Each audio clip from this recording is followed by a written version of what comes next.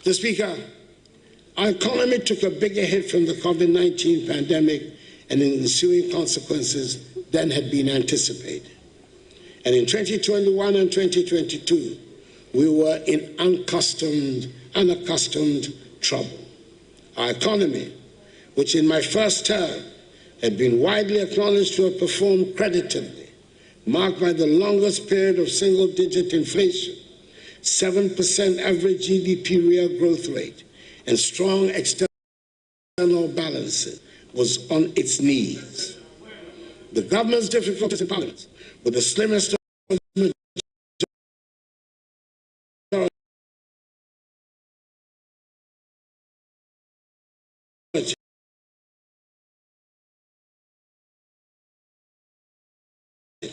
the international rate struggle to get financed. We faced the problems with equanimity, took a deep breath, and decided to apply for an IMF supported program, dubbed Post-COVID-19 Program for Economic Growth, PCA, in the middle of 2023. The implementation of the program so far has gone well, even as it has been challenging. We have passed successfully through 3 successive reviews of program implementation by the IMF board, with the most recent review approved on 2nd December 2024, leading to the disbursement of $360 million United States dollars. The fund has therefore disbursed a cumulative $1.9 billion United States dollars to date. At the moment, I'm able to say with confidence that the crisis is over, that the economy has recovered strongly and faster than projected.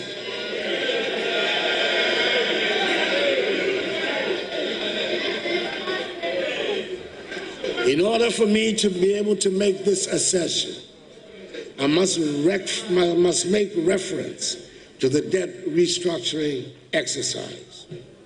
It affected many bondholders and was one of the most challenging decisions my administration had to undertake.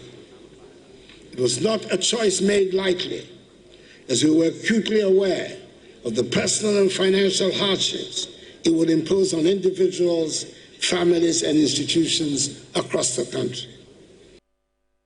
Well, the president says that he, together with his government, they were aware of the impact that the domestic debt exchange program, the first in our history, financial history as a country, was going to have on the families, Ghanaian families, including many of you who are watching me this morning, and many of my colleagues as well.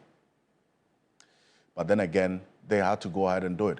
But unlike the finance minister, Dr. Mohamed Amin Adam, who expressed some sense of, as it were, apology, many were expecting the president to also apologize, at least for the impact of the DDEP on the Ghanaian families that you had heard him talk about. This was his last State of Nation address, by the way. He talked about a number of things, which a number of you have also expressed divergent views about, that his State of the Nation, as has always been the case after it's presented, does not reflect the reality of your State of the Nation. But that's a conversation we'll have this morning. And that's the reason why we're here. Because in the midst of everything, we speak the reality of the many of you who are watching us for the greater good. The President talked about illegal mining, the economy, as you heard him talk about, free senior high school, the pass rates. That's what he looked at to analyze the success of free senior high school, and then also enrollment. But these are but just a few ways of assessing that particular policy. I would have some educationists join us because, look, a number of them have been already writing to let us know the true picture of the free senior high school policy. What Ghana, what kind of Ghana is President Akufo-Addo leaving behind? That's the question that we put to you, which we're going to be putting to our guests when they join us in the studio this morning. together with you, our viewers as well. What's your view? What legacy, what Ghana is President Kufuor leaving behind? Dr. Arthur Kennedy would also be joining us when we zoom into this conversation about the national awards, which happened earlier in the week. Well, the president was giving an unofficial, award which he did not reject. That also generated some reaction from many of you. But Professor Kweku Azaz was also going to be sharing his thoughts with us as we go on. And many of you have written and raised questions about the essence of the national awards now, because it's just been bastardized over the period. And the importance of it has been relegated because of the kinds of people who are giving the awards, according to the many people who have written. Is it about time we rethink the criteria for this award? What was the essence? What was the real objective for the establishment of this particular award? Well, it's a conversation we'll have this morning here on Key Point, because we recall, in time past, what has happened with respect to these awards. Many of you really started paying attention to it when the former President John Jacob Kufuor awarded himself with a gold chain. That generated some conversation. We are back to that point again. So what next? That's a conversation we'll have this morning. Also, here on The Key Point, we're keeping an eye on how things are playing out with the NDC, because today, the High Court would give a ruling on that particular case, that mandamus application by the New Patriotic Party. So we are already live at the courts. So stay with us here on Key Point, because when that judgment is given, we will let you know. As always, you're an integral part of the show. We're live on TV3 Ghana, on Facebook, 3FM 92.7, and also a number of radio stations across the country. This is Key Point. In fact, this is the first edition of Key Point for the year 2025. It's been a journey with you, 2024. We're starting 2025 with you as well. It's going to get better, and that's our promise to you. Stay with us. We're back shortly after this quick break. My name is Alfredo Kanse. Welcome.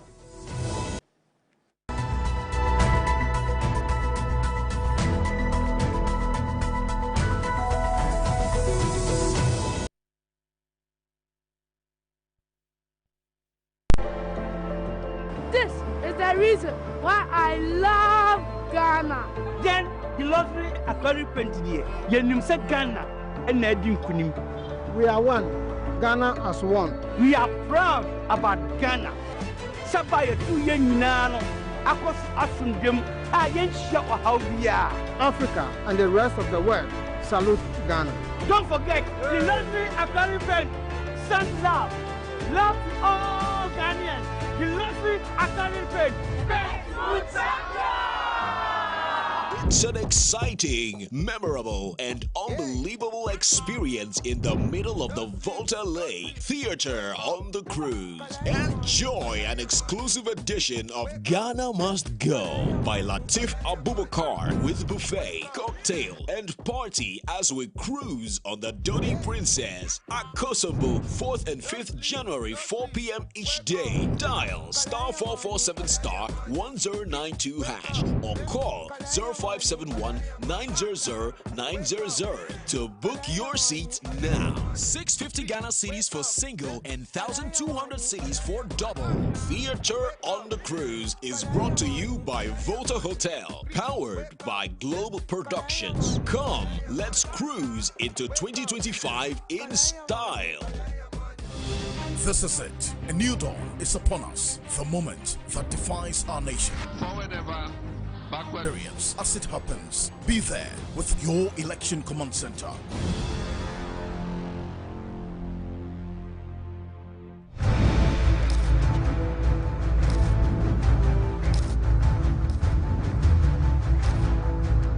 This is Hot Issues, your passport to the most compelling conversations of our time.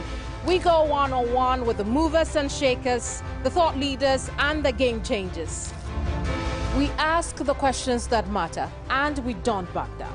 Tonight on Hot Issues, I sit with the man at the Center of Corruption Investigations. Join me on Hot Issues here on TV3. Hot Issues shows Sundays at 2 p.m. on TV3. TV3, first in news.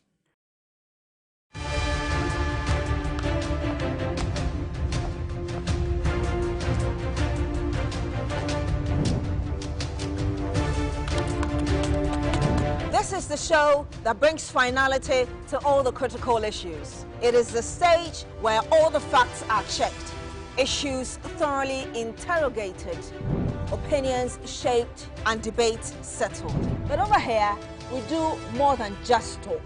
We resolve problems.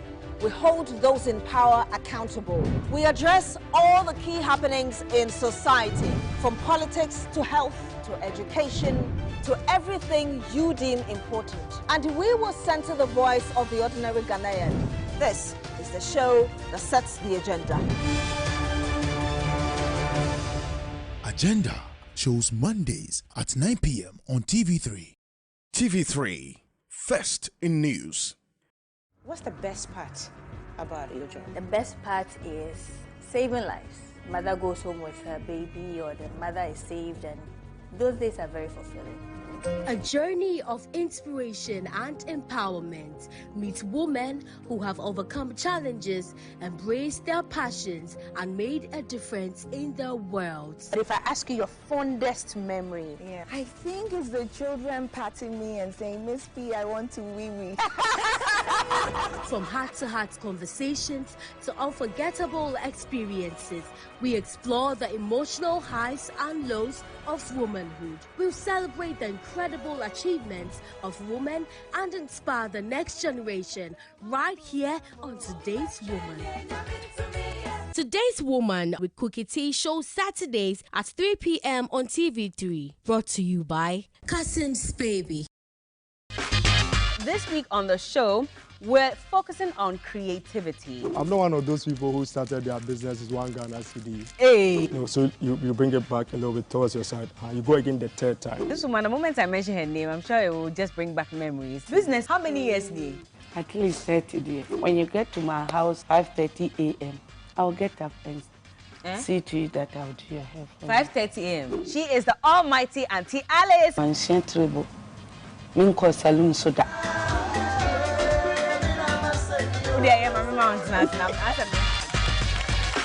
The Day Show, Sundays at 3 p.m. on TV3. Brought to you by Cowbell Coffee.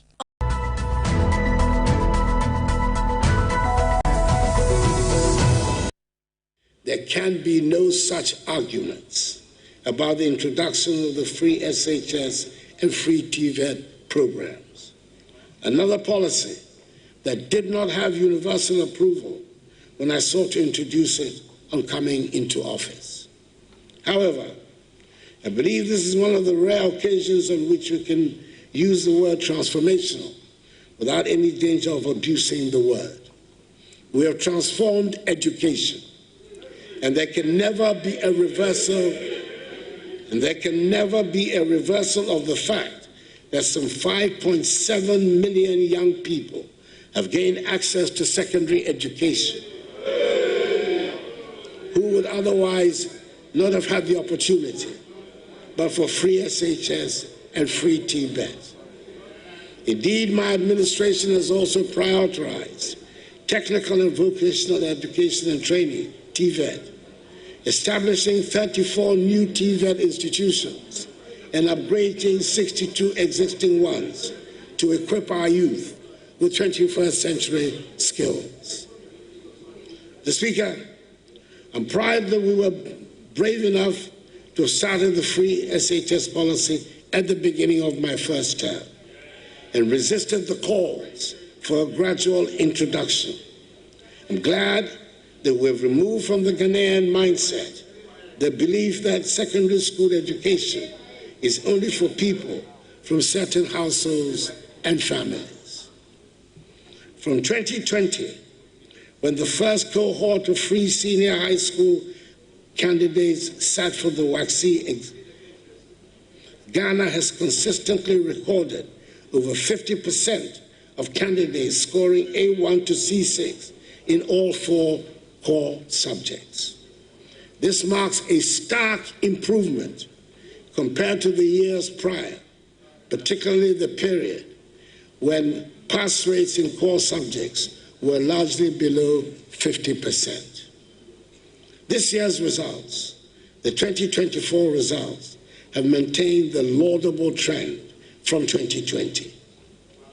Indeed, only 51.6% of candidates achieved A1 to C6 in English in 2016, compared to a much higher 69.52% in 2024. For integrated science, the pass rate improved from 48.35% in 2016 to 58.77% in 2024. Mathematics demonstrated the most dramatic progress, rising from a mere 33.12% pass rate in 2016 to an impressive 66.86% in 2024. Social studies followed a similar trend, improving from 54.55% in 2016 to 71.53% in 2024. Moreover, the 2023 WACC results stand out as the best in the history of the examination.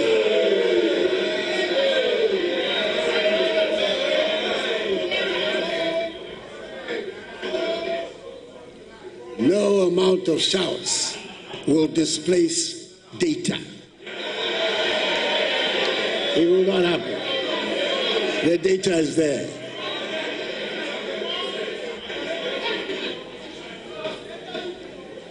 As the best in the history of the examination, with record-breaking performances across all core subjects.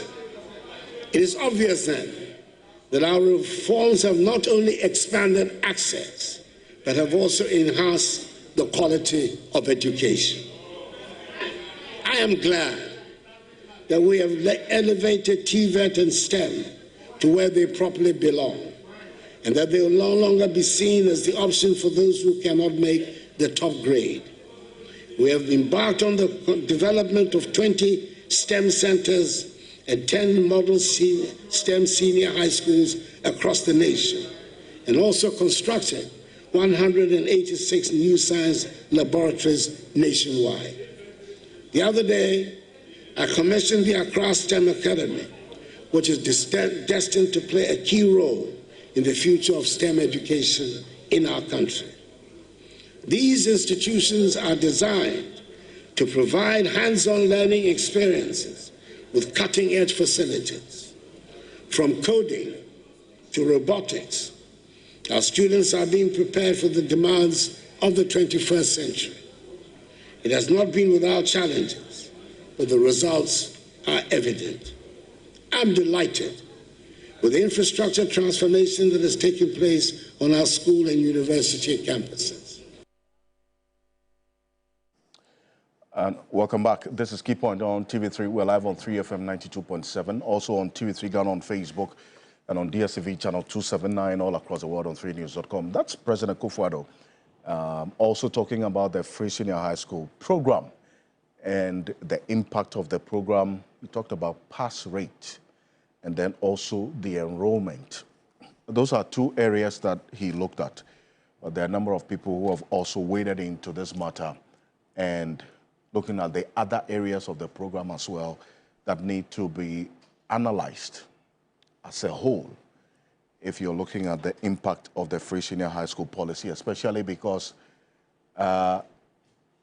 when this program was being introduced, the understanding was that all parents had to do was to get a chop box and a trunk. But you have a number of them now writing, indicating that they're spending over 5,000 cedis at the least to get their children entering into free, that's the senior high school, SHS1. for that matter. So we would have a conversation on this and look at a holistic view of this free senior high school policy and a number of things that the president talked about.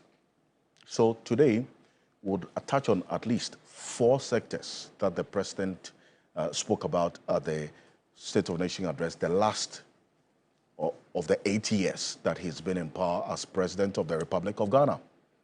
But look at this. This is the Conference of Heads of Assisted Senior High School. Remember, just a little over a week ago, they issued a statement indicating that there are some challenges that they wanted the Ghana Education Service and by extension the Ministry of Education to tackle. They say that while they acknowledge the recent disbursement of some funds to schools, they also had a regret to inform that the release has not fully addressed the critical financial needs of their institutions. Specifically, they talk about all recurrent monies owed to schools remain unpaid. Arrears for perishable items are yet to be settled as well. Let's go on. And the recent disbursement of funds appears to have excluded single track and day schools, leaving them facing significant financial constraints. And then also funds for transporting food items from distribution centers to schools have not been released, creating logistical and financial burden for school heads as well. And then some schools have not received funds to cover essential utility bills, posing a serious threat to the smooth operations of the schools. This is according to CHAS. Also, some schools have not received funds to cover these essential utility bills, and all outstanding recurring monies have impacted on their operations. In fact, this is part of many issues that they raised, but yet the Ghana Education Service still instructed the schools to go ahead and start the academic calendar from yesterday, despite these issues as well. And that's also generated some concern, but we'll get into it shortly. Joining me this morning for the conversation, as always, and as I indicated to you, this is the first edition of The Key Point for the year 2025. And the promise that we give to you, our viewers, is that as you were with us all throughout the year 2024, 2025 is going to get better. And we will do exactly what you expect of us, together with you and working together to achieve the utmost objective for the greater good. So stay with us. Alhaj Al-Hassan Suhini is a member of parliament for the Tamale North constituency. He is she's still ranking on the Forestry and Mines Committee. Yes, until the end of the life of this parliament. Until the end of the life of this parliament. It remains in the next 3 days or so. He is the ranking on the Mines and Forestry Committee of this 8th Parliament. Alhaj Al-Hassan Suhini, good morning. Welcome. Good morning, Alfred.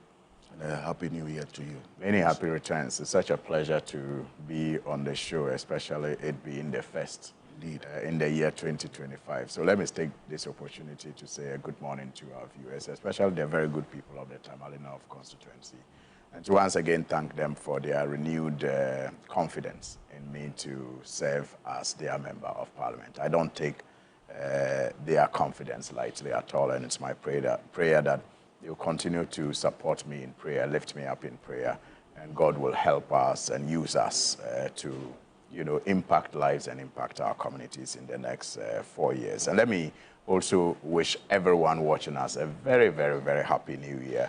And once again, congratulate TV3 also for your tremendous work over the years, especially crowning it with one of the best election coverage that we have ever seen in this country last year. Congratulations to you and your team, Alfred. Thank you. Thank you so much.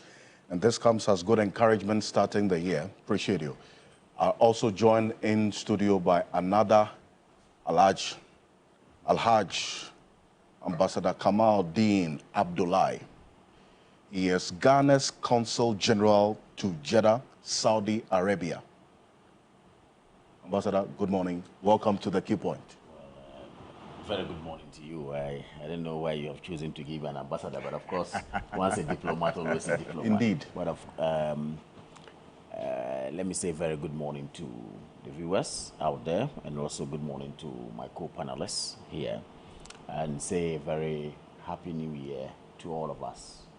And also congratulate my brothers on the other divide, the NDC, for chalking a sweet victory in the December 7th general election that we held. As I congratulate also our party people who also took part in the elections. I've always maintained that there is a general rule. Which general rule is that season is more powerful than anything, or time is more powerful than anything. There's nothing permanent in whatever you do, and if you are guided by this, I believe that you would always live in the present and leave the future to Almighty God. And the past also will be a lesson to you as you move forward. So Alfred, key points, you've done a yeoman's job. You've kept the media alive. You've kept people informed, people entertained, and of course, people educated, as it were, on this platform. For all those who also appear, have had time to appear, you have no idea how difficult it is to wake up 4 a.m. or 3 a.m. to prepare to come for a program like this. Indeed. You know? Indeed. So, and I do know also you, the anchors, also go through same. So as we serve Mother Ghana, I pray that we are appreciated. I pray that we also appreciate them. You know, it's not really about you coming to sit here. Sometimes it's a privilege. But sitting here does not mean that you know it all, and that whatever you say is should be swallowed hook, line, and sinker. Sometimes people sit out there, and the depth of knowledge that they have is far beyond what we sit here to do. So I can say that TV3 has contributed their quota. You've done well, except that, of course, you also have your shortcomings, just as everybody has his, or every institution has. We want to wish you well, and wish everybody well, and wish Mother Ghana well. To end with, I would like to wish the President of the Republic of Ghana, Nana Addo Dankwa Akufo-Addo, who eloquently delivered his State of the Nation address yesterday, and wished the incoming President, John Dramani Mahama, His Excellency, so well, and also congratulated him. I think that he was able to, we will go into it anyway, he was able to actually go into detail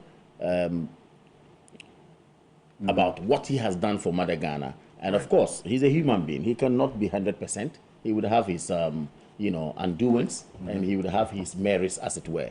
But as we prepare to go into it, I would like to say a very, very, very happy new year to all, and wishing a prosperous one for all of us, as it were. I thank you very much as well for the commendation and the feedback. In fact, there's a whole team that does the work. It's not just those of us whom you see on television. And before the end of the program, as I indicated, all of these people will be duly acknowledged. But thank you. Thank you very much. And because you've been on your consular duties, it's been a while we saw you on the show over the last at least 26 months or so. This is the first time we are seeing you, but welcome. Also joining us this morning is Martin Pebu. He is a private legal practitioner. He is leader of one or three individual bondholder groups, the convener of the Kumepreko Reloaded demonstration, and recently appointed member of the Operation Recover All Loot Oral Preparatory Team. I think many people confuse this to be the oral team itself. This is the preparatory team, right? For the oral itself. Yes. Lawyer Martin Pebu, good morning. Welcome. Morning, Mr. Galamsey. Good to be here once again. We are on again. On the #1 talk show, Saturday mornings, right? 17 months running. It's still amazing. Good people of Ghana, thanks for making this your show. And as usual, we are guided by your wishes and your aspirations. Good. Yesterday, I just happened to have gone on Facebook, and you know the newest joke I saw. Lebene Ahiabo. She wrote that it is possible radio it is possible radio, and the frequency is 38.2. Referring to Baumia's, what do you call it? So Baumia got 38.2. Is it 38.2? Maybe I'm the point. She got 38. But no, but did he actually get 38.2? Oh, you two don't go. No, you see, you see, I ask because people like you don't spin. You only speak to facts. You know, I know lawyers are very smart people who only speak to facts. Yeah. And I'm asking whether the 38.2 is indeed. Was it just? Or is it the reality? It's around 1 year. The point what I'm adding is probably not the one. Just the fact check. 38 is sufficient. I'll just go back on Facebook. But to have coined, you see, you are not getting the point. The point is that we will make light moments of things that others don't see. I mean, so she saw the joke in it. Yeah. It is possible radio, or is it even FM, 38 point something. I'll check on Facebook the exact what follows there. Okay. Yes. So that's it. So maybe we should be adding them to the radios that also tune in, right? Or that follow this program. Anyway, once again, good morning to Galamsey, right? Can take you through the We're starting the year with them again. Yes, Galamsey, they're constant until we get justice in the Cicely Adapa matter. Because Galamsey says that for him, he can't accept the fact that, and a lot of us follow his argument, that Cicely Adapa had so much money, over $1 million in her home, and euros, and everything else, the bank accounts and everything. I mean, so much money. That's one lady, a small ministry, as small as sanitation, right? And people are making the insinuation, the World Bank contract, is that money that ended up in her bedroom, etc. People have the right to ask those questions. They are legitimate. Why not? It's a democracy. Because, Socrates says, an unexamined life is not worth living. That's to say that citizens must ask questions of what? Leaders. Citizens must ask for accountability. So that is it. An unexamined life is not worth living. Anyway, so apart from Galamsey, yes, we'll go to Chief Justice Sofa Ekufu Yasantua. Thank you very much for coming through. Yes, when people were quiet, you chose to speak, even though you were a relation of President Ekufu. You said that there was bad governance, the lithium contract, the DDP, and other governance issues. So Yasantua Sofa Ekufu, very grateful once again. And of course, Osia Deyo Ajimambedu II, Domahini, one fearless judge and chief who also stood up and did his bit. Of course. Hey, let's not forget Kofi Aflu, the man who brought back the matter of the 52.5 billion cedis that the Auditor General is here to find for us, all right, since 2020. Remember, we've read the letter a few times here. So Auditor General Johnson, they said, we are waiting for that money. We must account for them. Don't let Akufo-Addo escape by the side door. He has to account for it. Otherwise, very soon, we'll sue both of them, Akufo-Addo and then the Auditor General, because we must get to the bottom of that matter. Hey, that's a lot of money, 52.5 billion. How much did we borrow from IMF? Well, the 52.5 billion is more than what we borrowed from the IMF. So we must get to the bottom of that matter. They will be vomiting of that money. We will not allow Akufo-Addo and his people. Of course, don't forget the 800 million he almost added to the Ameri deal. He actually did, and we caught him, and so he now had to say he had been misled. A man who asked $800 million to a contract, don't underestimate him, Akufo-Addo. So we'll see. So this particular 58 million, that's cedis, I beg your pardon. I recall that there were 52.5 million. Billion. 52.5 billion. Yes, sir. You wrote to the Auditor General, that's Mr. Aflu and others, who wrote to the Auditor General on this matter. What was the latest move by the Auditor General, that is, if there has been any at all, to retrieve this money? Because this is big enough to have engaged the minds of any serious person who wants to make an impact in this country. What's the latest on this? So, good. The first quarter budget is about 60 billion. Yes. So that's like the first quarter budget of 2025. Thank you. Thank you. Yes, so Aflu presented a petition to Parliament, and then Speaker Bagbin and Parliament were supposed to do something, but till date it's not been done. So once Parliament is not doing much about it, our recourse is to go back to the Auditor General. You remember this the same Auditor General, we sued them, we took them to the Information Commission when they did the illegal recruitment. They didn't advertise the recruitments, etc. And we won. So, of course, we're emboldened to take on the Auditor General and the Audit Service generally if we don't get to the bottom of that matter, right?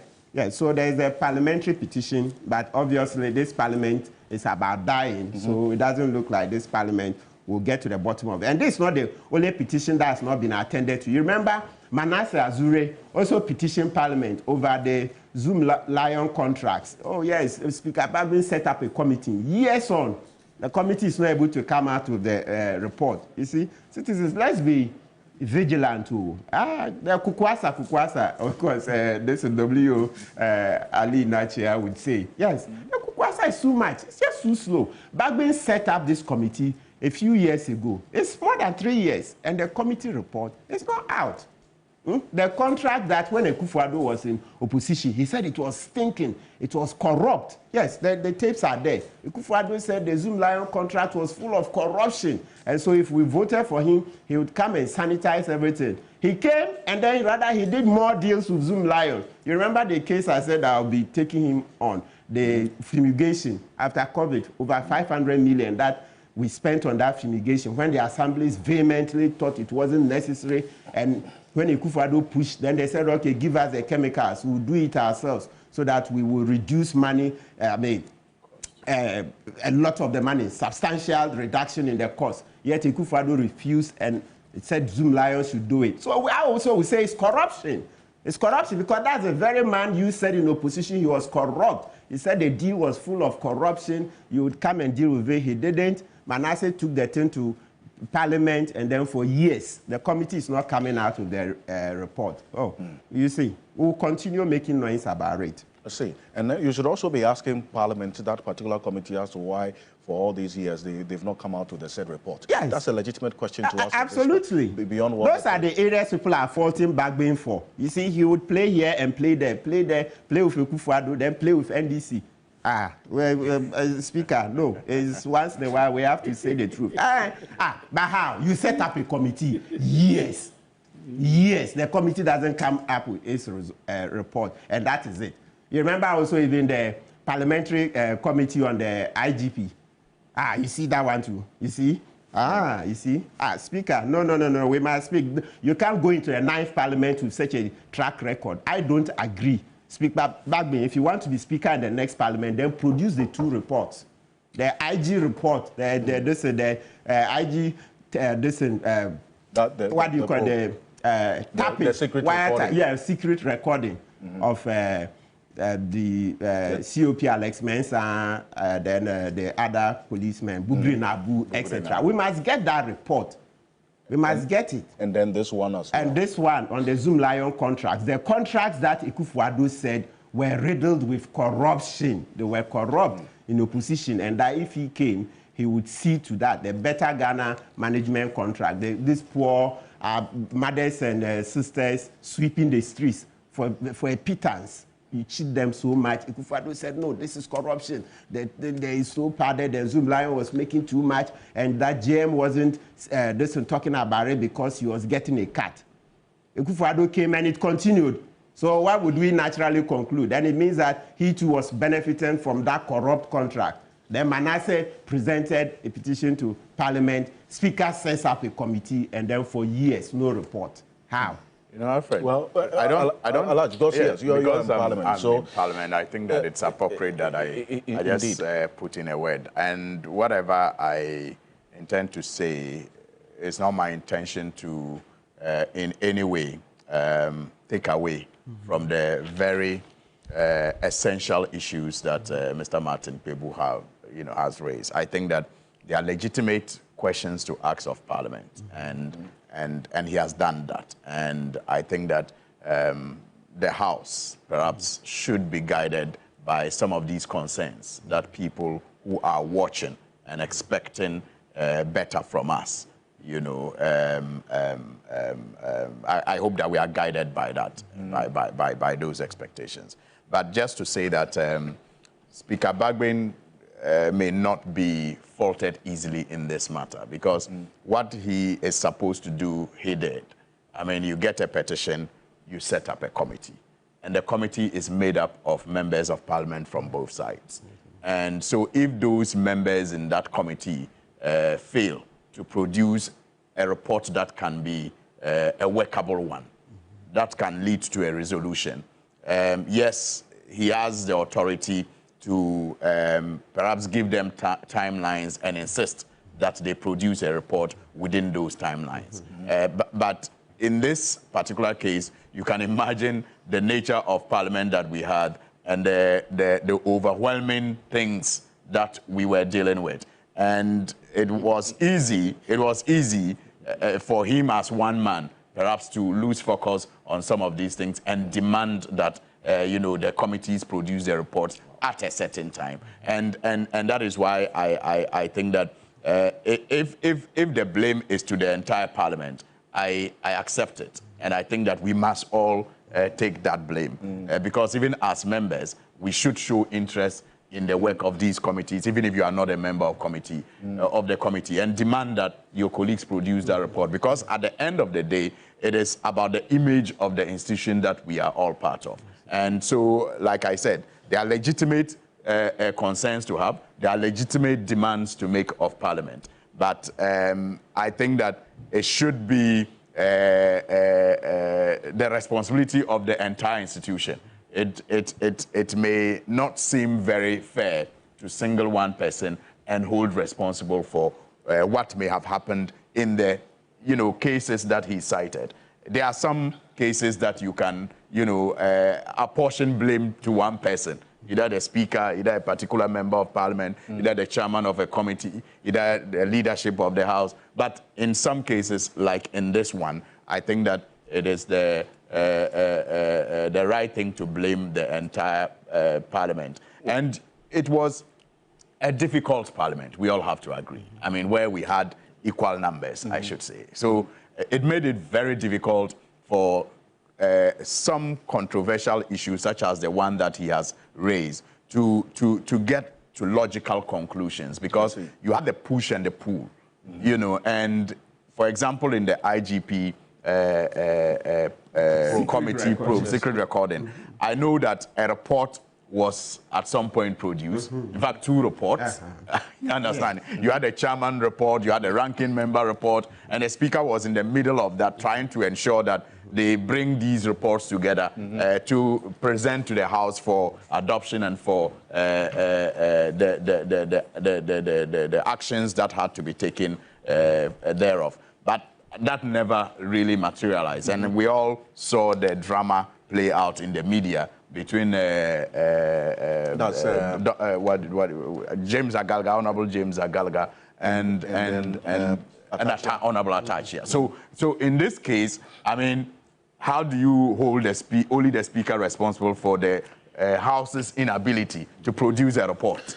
Well, you understand? It becomes the responsibility of the people who are in the committee, perhaps, to have reached a middle ground and produce a report for the House to work with. And so that is what I just thought I should say. But I think that once again, I must repeat that there are legitimate concerns, there are legitimate questions that are asked of Parliament, and we in Parliament, especially those of us in the 9th Parliament, must be guided by some of these expectations that the general public have of us. Does that mean that all these instances people mentioned, they are dying with this 8th Parliament, the IGP's leak tape committee report, this Zoom Lion matter, and then also this 52.8 billion that Lawyer Flew petitioned the Speaker? All these are dying with the 8th Parliament. It cannot be carried on to the 9th Parliament. Unfortunately, it cannot be carried on, I mean, to the best of my knowledge, automatically. But it can be triggered again. Okay. It can be triggered again. I mean, a fresh petition can be presented, and then the new Parliament can now constitute committees, if need be, to look into it and perhaps get to the bottom of it. I see.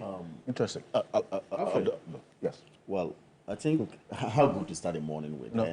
Yes. I think people have succeeded in setting the agenda for us. No. I mean, let's just a quick one. You can tell with all respect, he's succeeded in setting the agenda for this morning's discourse. and that's a good one.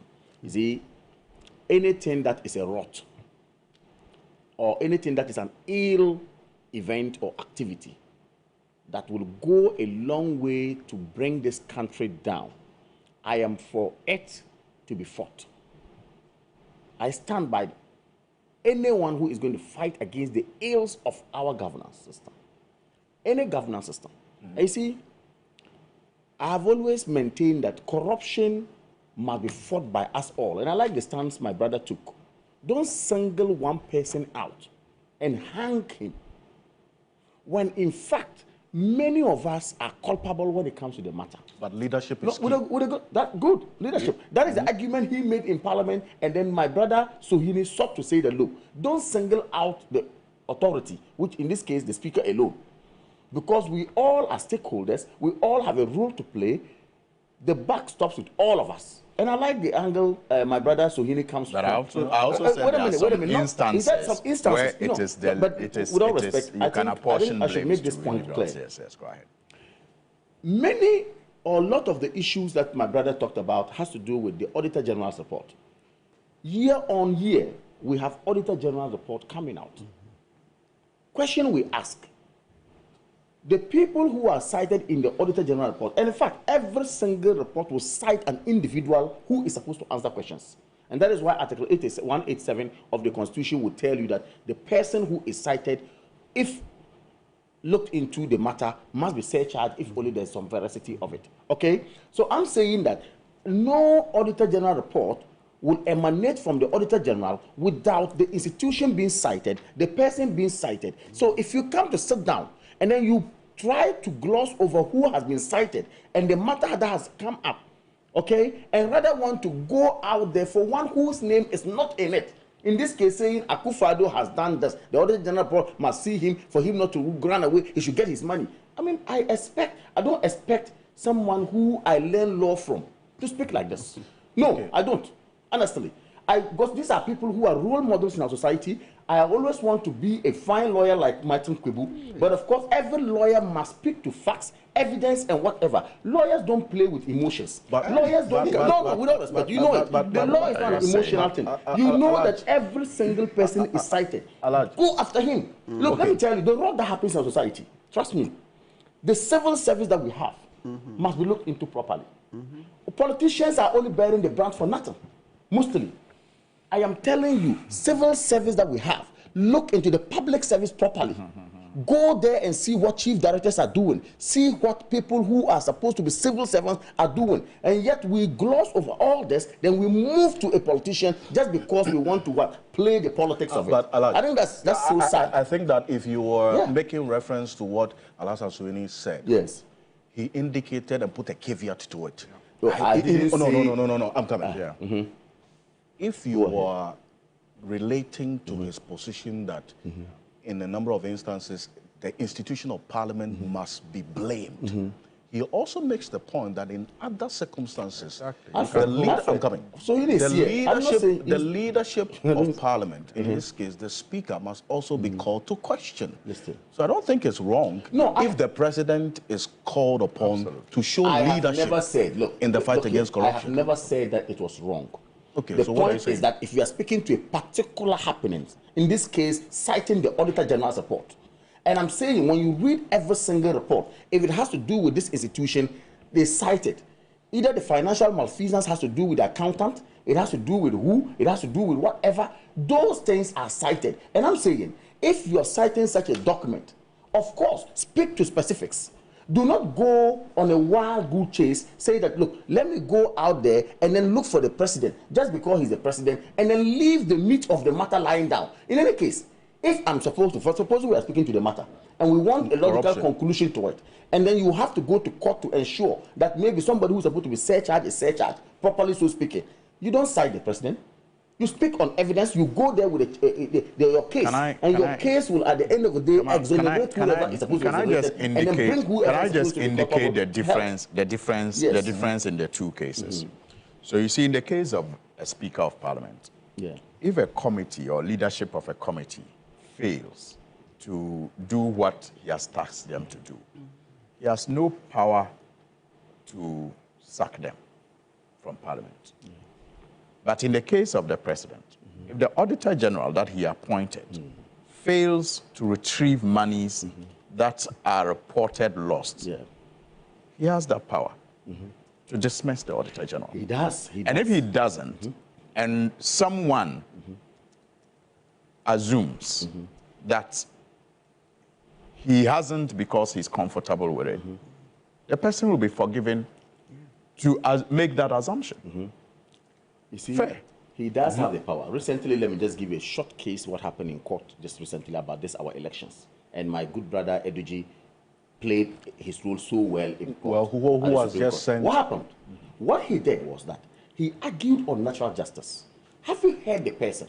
Have you gone to the logical conclusion of the matter? Then the Supreme Court upheld his argument. I'm saying that if you even have a case against whoever, let that person be cited. I'm not for anyone who is going to do wrong.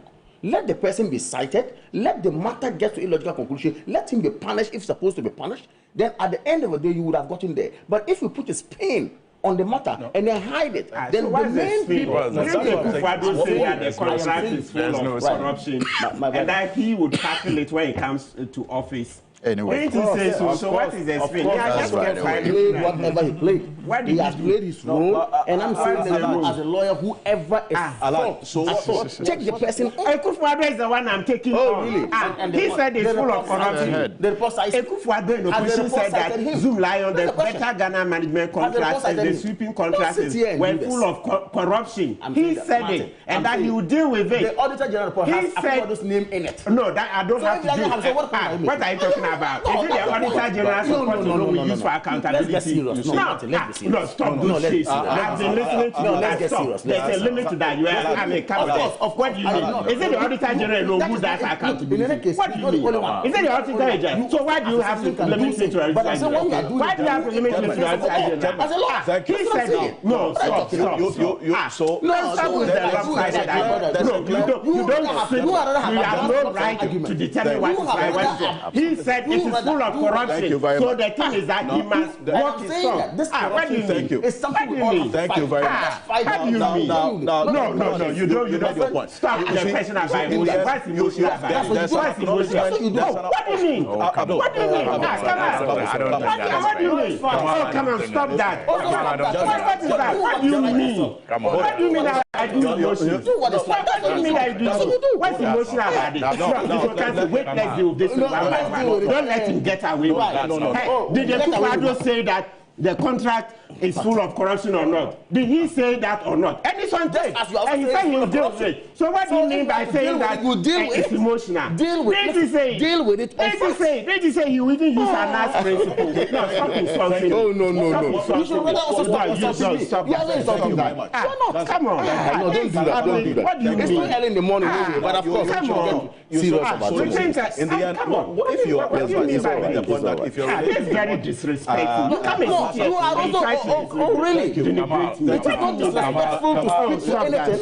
It's not. I'm speaking to facts. To respond to you. I'm speaking to facts. He said it. Microphones are off. Surprise. No, stop. You have been very disrespectful. No. This is what got you guys into opposition. It doesn't matter. It doesn't matter. In the end, he made reference to what the president said. Thank you. You made your point. Okay. This conduct has yes. No. He says that's what got us into a position. Okay. We are speaking to facts and then let's get serious. It doesn't matter. No. Please don't do what you are doing. Now, in the end, so he made reference to a statement no. Nana Addo Akufo-Addo made while in opposition, and the expectation that he will carry on with that statement of promise when he is voted into power. That did not happen. I don't think that you are disputing that Nana Addo Akufo-Addo described that particular contract as one riddled with corruption, because if you Google it, you can find it. Yeah. I think that going forward, we need to acknowledge where some shortcomings have been done, and not necessarily we want to defend or play the politics of it. As you indicated, corruption demands all of us to be truthful and come on board to fight it. Which I agree. which you agree. Oh, why you are being booted out? Your lip service slogans. You see what you do? Hold on. Slogans. 8 years. Your mama's Westmark was your best. We'll come to that. We'll come to that. So let it be. Well, Nana Danko Akufo-Addo yesterday talked about corruption, but Alaj, that's Kamadin. Yeah. What would be your verdict on the president's fight against corruption over the last 8 years? Well, thank you very much. I think that I will maintain my position as one who would say that, look, even the lawyers, I am not a lawyer, tells you per Article 19 of the Constitution of the Republic of Ghana, anyone cited to be culpable of a misgiving or a misdoing or embarking on an activity that is inimical to the growth of this country, that person cannot be said to be what? Guilty until proven guilty. And it's clear. The point I am making here is that government upon governments have come. We have spoken about this corruption acts. Why? Under President Kufuor, we heard about it. Under President Rawlings, we heard about it. Under President His Excellency John Dramani Mahama in his first term, we heard about it. Same under Nana Addo Akufo-Addo, we have heard about it. It's been a traveling matter. And I am saying that let us look at this matter as a problem that, of course, affects all of us. And if we are citing Alfred, that Alfred has done something untoward, with a great deal of respect, give Alfred the benefit of the doubt to go through the mail to be established whether or not he's culpable or not culpable. I've said so. Again, I am on this point of holding leadership to the task. I am on it. That is why we produce leaders. And as leaders come to sit, leaders do not just get up and then act sumutu on whatever they want. Leaders work with the laws that, of course, they have in hand. In this case, we sit here, we are mandated to sit here and speak freely because the laws of Ghana allows you to speak freely, even with limitations. So I am saying, if you are citing somebody, bring out the issues that the person has actually been charged with or what he has done. Let's interrogate, let's discuss it, let's look at where we are going to put it. Then at the end of the day, if the person is supposed to be punished to serve as a deterrent, let the person be punished and then it will serve as a deterrent. But of course, if we go into the media and run, say anything, then the next moment the right forum where you are supposed to stand to do that litigation to ensure that the person is culpable, you do not have the facts there, you will be found wanting. So let's not just merely say, I am citing Alfred, I am citing Akufo-Addo, I am citing Kamal Dean, when in fact the facts of the matter, the meat of the matter has not been gone into and then has not been looked into, and then at the end of the day you seek to hang the person needlessly. When we do that, it's not going to help us. So yes, Nana Akufo-Addo has done his part, if you ask the question. Of course, he's not 100%, he's a human being. And I keep saying this always. No president has come and has been able to attain the 100% mark. All of us. Why? We're in this country when president even gave themselves, at the end of the day, marks that they have scored 80%. But yet Ghanaians look them in the face and say, your 80% is a mirage. We are going to punish you. And they voted them out. The NDC. We're in this country when we also came and said, we're going to do X, Y, Z. Ghanaians look at in the face and say, because of X, Y, Z, we are also taking you out. So point is, if we get this opportunity to speak to this matter, and I would side with my brother Martin Pebu and co here, anybody who is loud positively against some of these actions, I support the person. But except to say that let us not come out and then vilify people just because we sit in media to say it, but come out with facts to prove and go to the court, the right forum, get the person punished. To serve as a deterrent to us. That's how we can fight corruption. Indeed. But if we sit on media every day and then it becomes a vicious cycle, this person blames that person blames this, and then we go on and on. Who suffers? Ghana. That's the point I'm making. So let us make such arguments properly. Right. So, but it's not wrong to call on the president to act or show leadership in a particular issue, even if the president is not directly cited. At all, it's not wrong. It's not wrong. The president has a limit he can go. The president cannot be everywhere. I am not holding brief for the president per se, but I'm saying that, yes, in as much as leadership matters, so should we also know that, like my brother Suhini, that's why I was citing that angle, that look, it is not just about only the leader or the person at the top. Right. It has to do with all of us also having a role to play. So the role we are playing, are we making sure that the person who has been cited directly is left off the hook and then going after one who, when you go to court, you will not succeed? Is that what you are doing? No. So point is, you can cite leadership, you can say leadership hasn't done the right thing. However, the person who is supposed to be at the center of it must also be looked into and then punished if he's supposed to be culpable. That's the point I'm making. Let's fight it. Yeah, but you also agree that the buck stops with the president. I agree completely. Okay, good. Now, if that's the case, you also would understand why people would point fingers at the president when, for instance, his posturing and his comments does not support that position that you take, that he is doing his best to fight corruption. I completely agree. You know, you know why? When it's good for us to cite leaders, it's good for us to cite presidents, so that at least whatever is coming in will also take it as a key, okay, to ensure that the right thing is done. Why? When Martin Amidu was made the special prosecutor, and then he started doing his work, at a point, what did he do? He brought to fore, or to our, knowledge, this what's the name, Airbus scandal, and said he had done some work on it to the extent that there was a government official one who many people thought that it was His Excellency John Dramani Mahama. What was the response of His Excellency John Dramani Mahama? Because he knows he's actually clean and has nothing to do with it, he came out to say, with all respect, it's early in the morning yet, but he used the word like, what stupidity is that? Because he knows that, look, clearly, the matter you are bringing up is not, I'm not directly involved. But you sit here and you are citing me. So he went to the extent of using stupidity to describe the work that has been done. So I'm saying, if we sit here and just baselessly mention someone's name without a direct link to a matter and want to let it stay there, I think it's unfortunate. Get to the bottom of the matter, get whoever is culpable to be punished at the end of the day, serve as a deterrent to all of us. Then this country will benefit. That is better. Okay, so maybe because you've been out of the country, so you don't obviously had the benefit of watching the program, but every time that Martin Pebu has indicated and called out President Akufo-Addo when it comes to corruption, I've always asked him, beyond just mentioning it here, take him to court. He's outlined a number of cases. Have you ever heard him say that? Come again?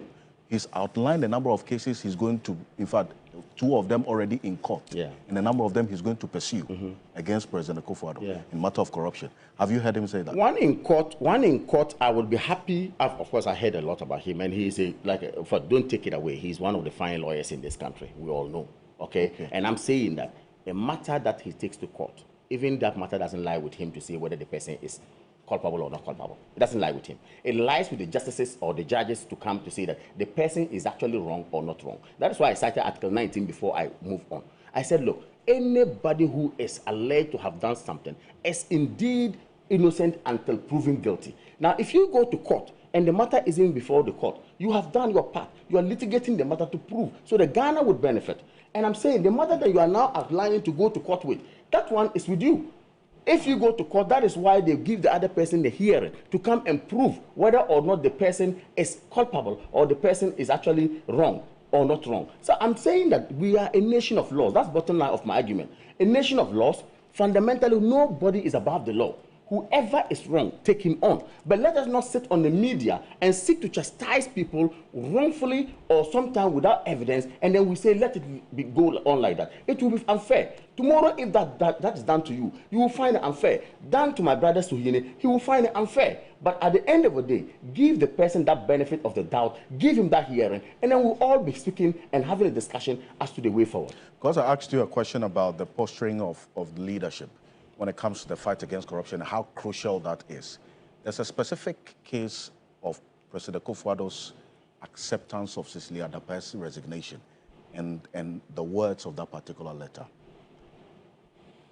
Many, including those who have been here, say that that was just an enablement and a support by the president to Cecilia Dapa to the extent that even before, because I'm making this case based on your own argument that leadership must stay clean until investigations are over. Even before investigations were initiated, the president said that she was going to come out squeaky clean. Was that a good conduct? That is, the president in this case is the President of the Republic of Ghana. The President in this case is mindful of the fact that there are laws governing this country and says that he did not say, don't go through your investigation. He is only confident that she might come out clean. Was that necessary? Whatever, excuse me, with a great respect, just as you have disagreements with him for that statement, forgetting that he is not saying that no institution should delve into the matter. No, that institution, even that is looking into it, he, the President of the Republic of Ghana, set it up. The special prosecutor who was into this or who is into this matter, the President of the Republic of Ghana saw the need for Ghana to have a special prosecutor. That alone is good. Trust me. One way in this country that media freedom was lacking, and then we needed somebody to repeal the criminal libel law so that at least media freedom will be guaranteed properly as the Article 162 of the Constitution says. Yes, but it took the same person, Akufo-Addo, again, to fight for that freedom, the criminal libel law, to be expunged or taken out of our law. Hold on. Let's not digress. That same person set a tone for a legal regime. No, so are you saying that you see nothing wrong with the President, even though saying that, yes, institutions must investigate? Never. He saying he is confident that Cecilia Dapa will come out clean. You don't see anything wrong with it? If you listen to me, I told you ab initio that I am against any wrong. So and I will stand against any wrong. And I said again that none of us sitting here should be treated unfairly or taken out of context. But of course, we should be guided by the principles that we put in place, the legal regimes that we put in place, the legal architecture that we have. We should be guided by that. Then, of course, send a picture out there. We are not a banana republic. Whoever is wrong, let the law come after the person. That's the point I'm trying to make here. But did the posture and conduct and statement of the President in this particular case do well in the fight against corruption? You would have your argument of someone's posture or your understanding of someone's posture. The other person has the understanding of the other person's posture. No, that is, with all respect, the posture here doesn't matter.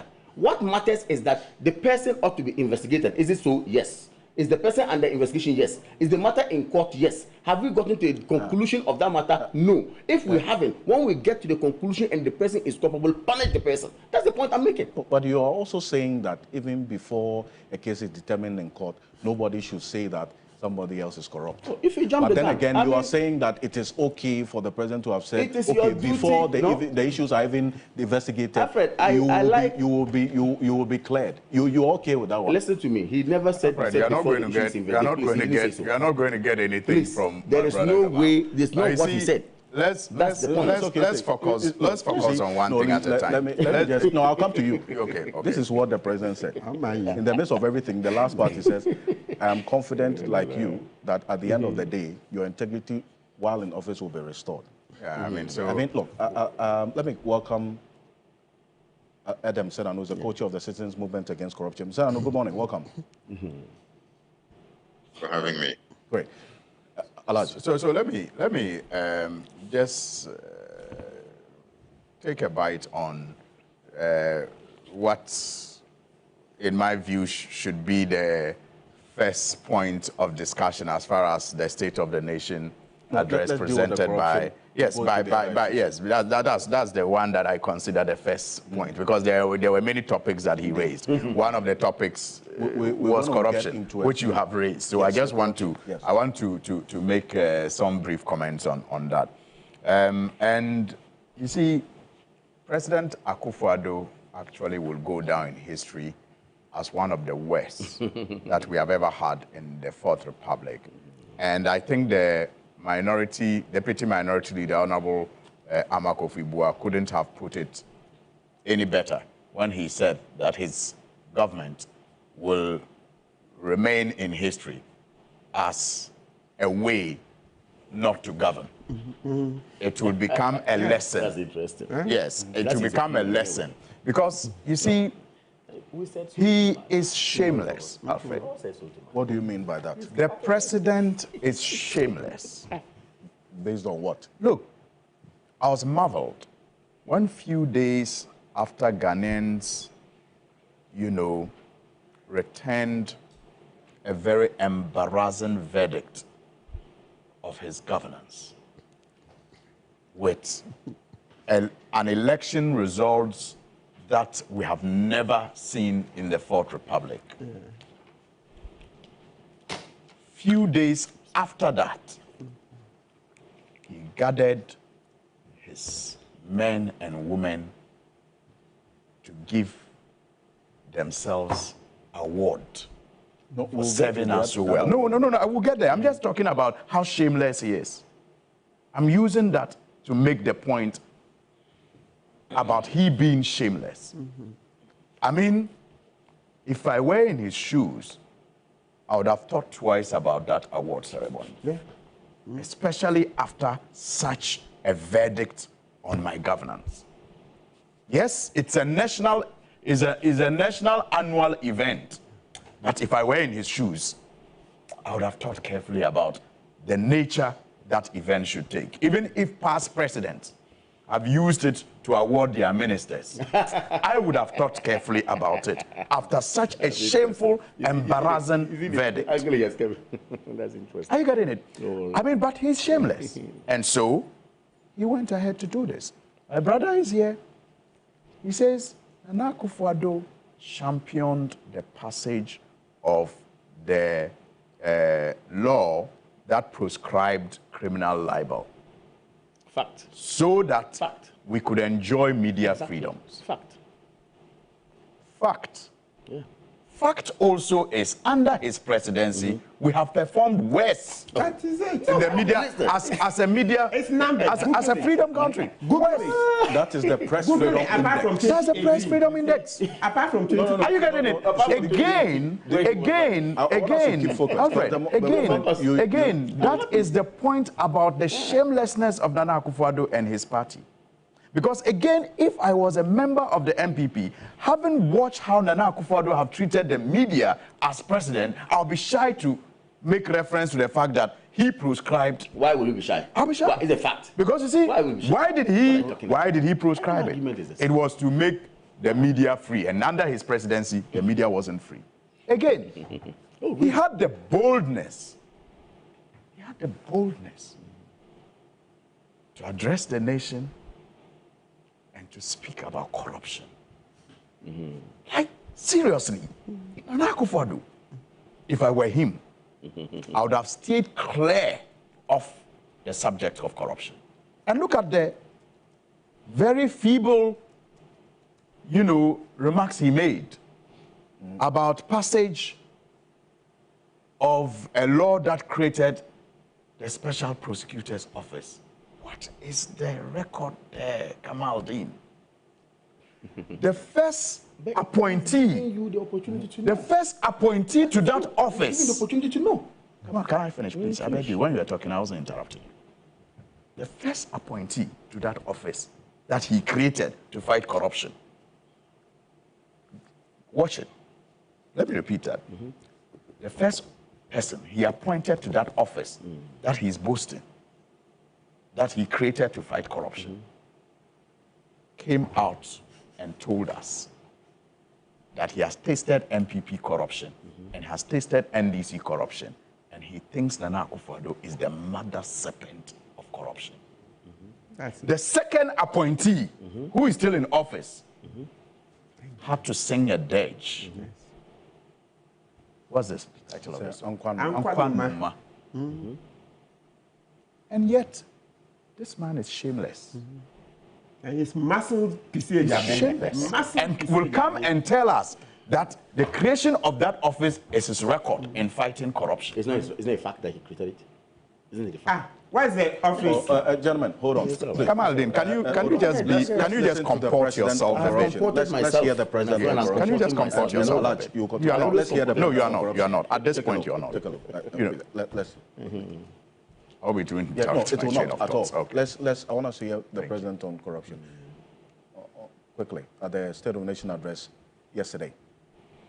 By the devastating fire at Kantomanto Market, which took place yesterday, and has left many traders and their livelihoods in ruins. My thoughts and prayers are with those affected, and I extend heartfelt sympathies to the hard-working traders who have lost their goods and investments. Government stands with you and will work with relevant agencies to ascertain the causes of the fire and to provide the needed support. As a nation that is united in compassion and solidarity to help those who have suffered losses, together we can extend a helping hand to our fellow Ghanaians in need during this challenging time. I am deeply saddened by the devastating fire at Kantomanto Market, which took place yesterday, and has left many traders and their livelihoods in ruins. My thoughts and prayers are with those affected, and I extend heartfelt sympathies to the hard-working traders who have lost their goods and investments. Government stands with you and will work with relevant agencies to ascertain the causes of the fire and to provide the needed support. As a nation that is united in compassion and solidarity to help those who have suffered losses, together we can extend a helping hand to our fellow Ghanaians in need during this challenging time. That's President Akufo-Addo there, and Alhaji Suini, you are making a point, and I'm going to have you land on it, but let me just quickly, Ms. Sanu, the president, one of the references he made in his achievement in the fight against corruption is the setting up of the Special Prosecutor's Office. We have seen the verdict of the first and then the verdict of the current Special Prosecutor. And the fact that even though this office was set up, they're still grappling with lack of resources for that matter. What would be your verdict, quickly, on the president's fight against corruption over the last 8 years? Well, I would say, first of all, it certainly is below average. But I think that the president initially set out to really leave a legacy in the space. No weak man would go appointing a special prosecutor from across the aisle. And I think in those initial actions, because when civil society decided, look, we needed a special prosecutor separate from the Attorney General who could prosecute appointees of the government of the day, we're clear that you needed a different mechanism for that. And most people didn't think it was possible. And they were able to come up with Act 959, created the office, then appointed Martin Benkaiser Lamisi Amidu, which was not expected at all. That gave a lot of credibility to it. But I think subsequently, and there seems to be that kind of dichotomy between his willingness to have a legacy, to have something that works, and his ability to separate issues of loyalty, issues of those who were around him, and allowing them to face the full rigors of the law.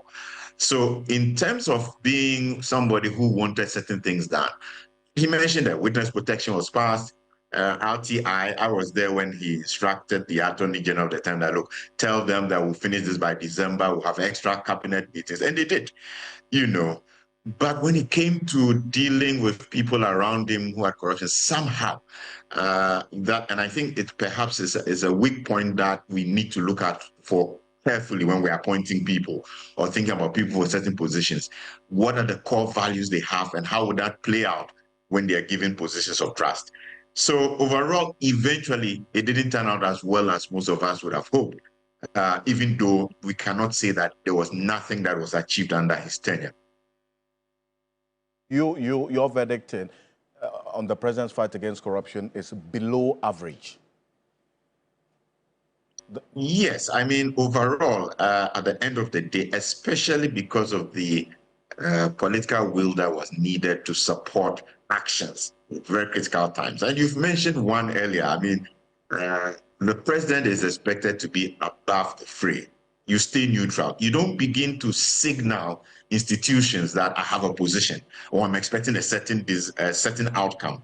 Because when you do that, officers will think that, well, and there's a traditional thing also, you don't want to embarrass the king. You don't want to embarrass the one who's your senior.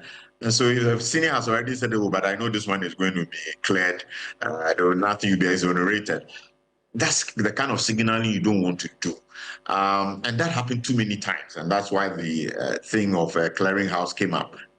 Institutions of state should have been left to do their investigation and then by themselves engage the media, civil society, other citizens, answer questions so that we are satisfied that a very thorough investigation has been done, the conclusions that have been drawn, the ones that fit the stuff we have at hand, you know.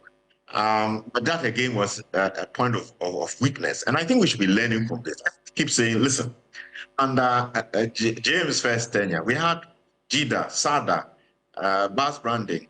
I think there was a little more responsiveness under that tenure. But these things still happened. Have we done the analysis to understand what can we do differently when individual members of our government decide to go against the general understanding that we cannot be corrupt or we should not create, loot and share what we have? How are we going to deal with that? Haven't yet had a distinct response from James' new campaign and manifesto about how those things to be dealt with. I love oral. I keep telling people that oral hygiene is good for everyone. Let's make sure that if we can get Ghanaians to report and whistleblow, let's make sure that people who are inclined to doing the wrong thing are identified and prevented from taking those actions. However, you need much more than an oral. The toolbox, oral is not a panacea. We need to do much more than that. Corruption at its foundation is purely an issue of morality. It's about the core values of society. And once they are coming out of us, until we begin to look at what we will do to create honest people of integrity, of hard work, promote that, and have systems to enforce it, I think that we are a far cry from getting where we want. We need a specialized anti-corruption courts. We need to improve our legislation as far as the reverse burden of proof, lifestyle, explain lifestyle. We need to go to investigate those, put in place measures that make it more difficult for this to continue the way it has in the past. But in the end, leadership is important and is key in this fight. So, absolutely. And that's why you make reference to, for instance, the posturing that President Kufuor took in the Sicily Adapa matter, where Kamaldeen says it's not that important. I mean, no, that cannot be true. It's absolutely important. No, you didn't say posturing is not important? No, I didn't say so. Okay, so... I said the view, what you have, okay, to view as is posturing and comment on. Another person has a different view. But the point is that what matters is that the actual issue must be looked into and whoever is culpable must be punished. That's the point I'm making. And the president never said you shouldn't investigate. We cannot take away the impact of the president's posture. No, you can't. Everything rises and falls on the back of leadership. Leadership is cause. Everything else is effect. I mean, these are things that have been studied in research. You can't. The speed of the pack depends on the leader. So there's no taking that away. It's always about the leader. We even have research equations. Say effective leadership is a function of the leader who listens, the leader who has experience, and then the followers, whether they give critical input or ask critical questions. So capital E is equal to LEF. I mean, there are theories that have been done to study this. It starts with the leader. It's the leader one who listens, because if you listen a lot, you are more informed. And if you turn that, you are likely to get better results than the leader who does not listen at all. And these are issues that have been studied, and we know the leader makes a lot of difference. Even though the followers must also come on board, carrying everybody along is critical to getting the results that we need in terms of development. And what would you say to, for instance, the reaction that always comes up when the Corruption Perception Index is released, and the position is that it's just perception, no touch of reality, so it cannot be a potent measure of a government's fight or neglect of the fight against corruption? No, that's a wrong understanding. The word perception as used in the CPI is only to describe a part of the methodology. I have used it for my master's level, and it's a science where you can do a regression and tell that to a certain level of accuracy, this is what it actually reflects. So I've been telling people that sometimes we should take the perception out and say corruption analytical model or something. Truth is, the more people you interrogate, something that is subjective becomes more objective because of the numbers of people who say this is a situation based on their experiences. So the CPIs are real reflections of what is going on. And it's a non-technical understanding when you say, no, it is just a perception. It means you don't understand the processes that are used to arrive at the conclusion on the matter. We need to take the CPIs very critically. And indeed, all the countries where CPI numbers have stagnated, we have seen that immediately after a period of stagnation, we find a critical decline. And so we need to be very cautious. I think we have an opportunity here, 4 years of jail. We need to work together. In my view, we should not do what we did in the past, giving 1 year or 2 years to settle down. From day one, all of us must hold this president and this government accountable. They themselves have said we should learn from what has happened recently. We'll hold them to that account, and we cannot allow them to continue repeating these parts of history that don't give us the progress that this nation deserves. Mazano, thank you very much for your time. Appreciate you coming through. To Alfred. And he's the coach of the Citizens Movement Against Corruption. But in fact, I'm just also getting information, training, that the CPI, the Corruption Perception Index, will be released later this month. This is going to be the last corruption assessment of President Akufo-Addo. So we'll see how that plays out. Yes, Alassane. I don't have any high expectations, but I mean, we will all wait for the details of that. So the point I was making is that our president, unfortunately, is a shameless one. And for him to have had the boldness to address us on corruption, you know, given what we know and the evidence on the ground, attests to how shameless he is indeed. And I was talking about the Office of the Special Prosecutor, which he says is one of the ways that he set out to fight corruption.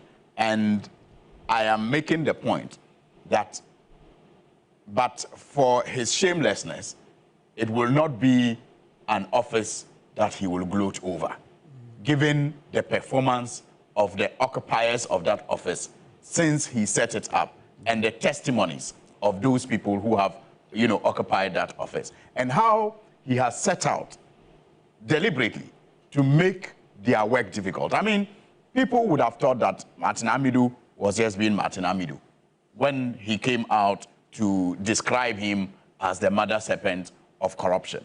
But you could have also said that the second occupier of the office, what's the name, Mr. Kisi Ejabeng, was also perhaps just being something when he cried out for help through that dirge. But look at the letter that he wrote when Madam Cecilia Dapa, you know, had her issue, and how that letter created confusion between the serious Yoko and this OSP office.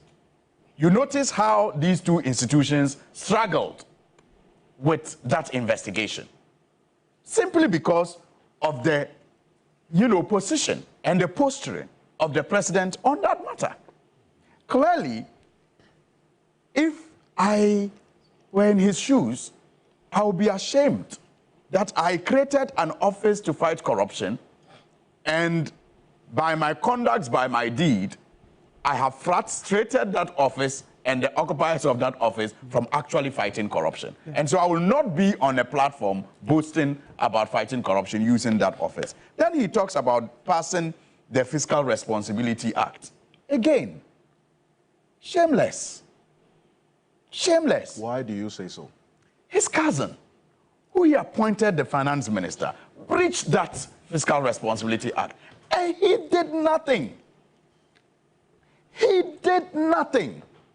They only later sought to get Parliament to suspend the act so that we could accommodate the inefficiency and ineffectiveness of his cousin, the finance minister. Shameless. Okay, so you pass the act. But as for your cousin, when he breaches it, we must suspend it. Yes. Then he should catch others. Yes. How shameless can you be? That's why I am saying that the minority leader, deputy minority leader, Honorable Kofi Boa, could not have put it better when he said that Nana Akufo-Addo's government must remain an example of how never to govern this country again. The scam that he played on us. Yeah. The scam. Absolutely. That he played on us. And it is amplified in some of the examples that my brother even gave about passage of media, repeal of criminal libel so that media men will be free. And then we said, yeah, this man looks like our friend because I'm a media man at heart. And so people perhaps pushed him through in the media, created a facade of how he was going to be a good president if he was given the opportunity, only for him to come and under his watch, our media performance, freedom performance, on the that's the Press Freedom Index. Press Freedom Index dipped. We had a media man shot in broad daylight in public. With people associated to his government, you know, making all kinds of commentary that in other jurisdictions would have led to serious investigations. Up till today, the Attorney General the last time told us that the docket was not fit for purpose. I mean, when he has all the powers of the state to have carried out a thorough investigation on this matter, if for nothing at all, to show us that he did not just repeal criminal libel law for nothing, that he repealed it because he meant it. It's the same thing with the issue of corruption. His best performance in the last 4 years is the worst of the government that he criticized and took over. And that's the end. His best performance is the worst. 43. James' lowest mark on the CPI. Happens 43. To be his best. We are yet to see the last. We are yet to see his last year's performance. Hopefully, we'll get 38. And you see, it is not just. These are not just rankings of perception, in my view. You see, yes. You see, all right. These are not just, in my view, only rankings based on perceptions. We all live the reality, and it is that reality that has, you know, culminated into the perceptions that are measured. If you have a situation where $12 million is paid here, irrigation dam, no work done. $2 million here is done for SkyTrain, no work done. I mean, you name them. All over the place. The scam is all over the place. And you have a president who does nothing about this. And then he says that, oh, all the corruption allegations against my appointees are investigated. By who? And how are the investigations done? Wishy-washy. How are they done? I mean, remember the Australian visa deal. And what happened? So, please, I think that we got ourselves a scammer as president, and unfortunately, he's a shameless one also. And how's that? I mean, like, how? I mean, when we say a scammer, what do we mean? I mean, someone like in local parlance who will give you, who will show left trafficator and turn right. You deceive you. You know, he deceives you. That's the president. And I have said this, Alfred, yes, and I have said this so many times, that this is a president who reads speeches very eloquently. But sometimes his deeds, his actions after those speeches convinces me that he doesn't even know what he has read. Because he reads it so eloquently, and you expect that he will back it immediately with actions, but then he does things that are completely at variance to the speech that he reads so eloquently. So, for me, Nana Akufo-Addo should not be sermonizing on corruption, and we thank God that we have survived this long nightmare of his rulership. We thank God And we only can hope and pray that His Excellency John Dramani Mahama will improve upon his record of fighting corruption. Exactly. Because as things stand now, it is clear that even though he was not the best, but clearly the evidence before us shows that he was far, far better at fighting corruption than Akufo-Addo did. And so it is our prayer and hope that he will improve upon his record. Because maintaining his record, which by the way, is still much, much better than Nana Akufo-Addo has done. Absolutely. In my view, is not what the people of Ghanaians are expecting. They're expecting that he will improve upon his record. And I have every confidence in him that he will improve upon his record. And that is why all of us in the NDC must stand ready to help in this fight against corruption. Exactly. And to ensure that when given responsibilities, we discharge our duties to the best of our ability, guided by the principle of transparency, probity, and accountability. Mm-hmm. And where necessary, we should not be afraid to take decisive action to safeguard the public confidence that they have reposed in the NDC today. Because you see, like our people say, fear bia mensawom. So I cannot assure you that there will not be corrupt acts in the next 4 years. But the difference must be seen in how those acts are handled and dealt with. And I have every confidence in President Mahama that just like he did not shy away from prosecuting his very good friend, one that is a painful example that he himself gives always, Abu Gapeli, he will not shy away again in prosecuting people in his government, and especially people who have just left power and have, created such a mess that has led to waning confidence in our democracy. And I've said it on many platforms, that the future of this fourth Republican democracy depends on how well this new NDC government handles the issues of corruption. Right. If we are able to hold people accountable, we will be bringing back people's confidence into the fourth Republican democracy. Right. And they will be willing to support its continuation. Okay. Otherwise, God forbid. Well, hopefully we don't get to that point. But and this is where I'm going to come to you, because you haven't had a take on this matter of corruption. Now, what is going to be on your screen right now is the Corruption Perception Index we've tracked since 2012. Now, take a look at this. In 2012, the score of John Mahama was, that's John Evans Atamils and partly John Mahama, was 45.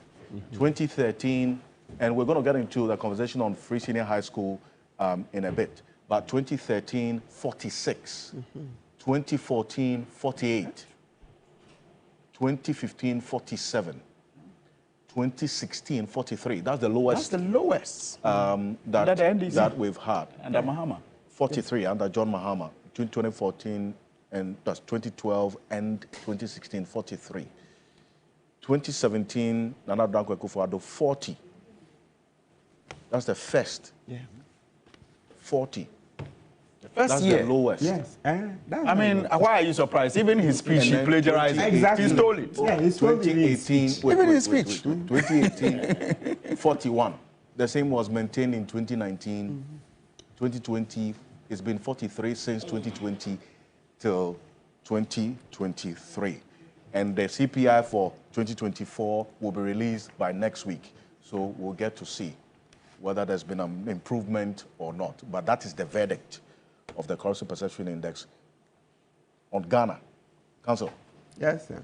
Yes, so that's it.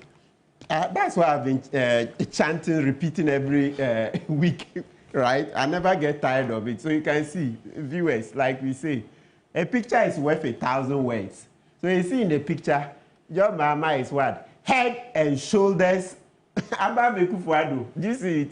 Way head and shoulders. Look at how your mama's data is up. You see Ekufuado down there. Ekufuado is at his feet. Is it not clear from the diagram? If I say Ekufuado is at this in JM's feet, the diagram speaks for itself. Yeah, that is data. A picture is worth 1,000 words. So every day when we repeat that, JM's lowest mark is Ekufuado's best. You see how it translates. Yeah, Ekufuado is that. It serves Ekufuado right. That next time when he comes back to this earth, he will not come and do sloganeering. That he will not deceive people for such a long time. Because, you know, this is a man that in opposition said the ANAS principle was the way to go. The ANAS principle was the way to go. Then suddenly he comes into office and then he sees that, hey, the man is sweet too. So he throws the ANAS principles away. And even for normal investigations to proceed, he's stampeding anti-corruption agencies. Look at how he muscled Kisi Ejabin. Yeah. I'm saying it on authority. Ekufuado. But Ekufuado even had the temerity to tell Bafuboni, Supreme Court judge, told him to resign. You think we are joking? Can you imagine? He hounded Bafuboni, Supreme Court judge, that he should resign because he just couldn't stand Bafuboni for voting against him in the 2012 election petition. And so he thought that Bafuboni being so independent-minded, because the whole basis is that because Bafuboni was appointed by President Kufuor, then that meant that automatically matters that are MPP, Bafuboni should just go like a robot in favor of MPP. You say, but if you read the 2012 petition judgment, you see that Bafuboni appointed by Kufuor, but the most important thing about the presiding officers who didn't sign their pink sheets. He said, no, you can't use administrative lapses to undo the sovereign will of the people. This principle that is worldly, is accepted globally, Ekufuado has a problem with. Look at it, that's been his problem with Bafuboni. So Bafuboni get out of office as a Supreme Court judge. I'm tying in with the fact that Ekufuado is so corrupt in everything that for him, no independence. Everybody should be yes sir, yes sir. But he said that he's resourced the OSP's office. Oh, I'm coming there. To what extent? You say he hounded Kisi Ejabin. Oh, Kisi Ejabin, he's just muscled Kisi Ejabin. Everything, Kisi Ejabin should leave it. This is how it worked. You see the Sicily Adapa matter. Right. They went begging Kisi day and night not to get into the case because if they did, you know, it will bring so many people down. Yes, I kept telling you, now, that's why I keep saying that James' appointment of this preparatory team that we should start, it's a master stroke because now you get people who have a lot of insight coming to talk to us because you see how it works. A lot of Ghanaians don't like to be confrontational, but citizens, that's where we should be getting to. Because if we are not confrontational, you will get our leaders riding roughshod over us. So people who knew this all along, that Ekufuado was stampeding Kisi, they didn't want to say it. You wait, now that Ekufuado and MPP will not come back, you are now saying it. So that's the whole thing. Because you remember, Mr. Okanse, we sat here and I told you that Kisi should give me an opportunity. I want to see what is in the Sicily Adapa file. You remember? I kept saying it because I could see that, no, this Sicily Adapa matter is easy to investigate. But that was Ekufuado who was muscling Kisi, emasculated him, made sure that he didn't do the investigations. Thankfully, well, now that they've been voted out, we'll go back to it. You will see what we will get out of those files. You will go back into the Sicily Adapa. Yes, but criminal matters. Criminal matters have no expiration. We'll go back into it. Look. If you want to see how corrupt Ekufuado is, look. Even this matter of return the money to Sicily Adapa, any president willing to fight corruption would have stepped in. You know, even by law, national security, they monitor these radios and this in TVs. Kisi said he was going to return this money to Sicily Adapa. Days, Ekufuado never stepped in, and then he sat, and the money was returned to Sicily Adapa. We would expect that. You are expecting that he would step in and say because of this. And what signal would that have sent, really? That he's fighting corruption because, and you know why? Because he himself has said he was going to use the Anas principle. That's Akufo-Addo's word. So, and you know, he won on the promise of anti-corruption, that he is incorruptible, etc. He even said that we are coming to free SHS, but let's do this. He said, no, just this connection. Okay, he said the proceeds from the fight against corruption was what he was going to use to fund free SHS. Yep. It's BBC. It's a BBC, what do you call it, interview. You see Akufo-Addo, if Abdallah, producer, can play it. It says the proceeds from the fight against corruption could fund free SHS. And day in, day out, you see Auditor General reports, infractions, billions. Of course, it's not all the billions you can recover, but we've accepted that every year we lose about $3 billion to corruption. And true, if we had recovered even $1 billion a year, now $1 billion, is that not well over 15 billion Ghana cedis? Even if you take it for 14 billion Ghana cedis, that can fund free SHS. So he knew what he was saying, right? Yet, Akufo-Addo sat for the money to be given to Sister Adapa, and I'm telling you that that's even in blatant breach of Article 284, Clause 6. 284, Clause 6 says that, look, if a public officer is found with property, and that public officer cannot attribute that money to income, inheritance, loan, etc., then that money is deemed to have been what? Illegally acquired, unexplained wealth. And so that is money that will take for the state. Yeah, the Akufo-Addo sat down. They say human rights, luminary, legal luminary, constitutional, gave him all the accolades. He doesn't know this constitutional provision. Let's read it.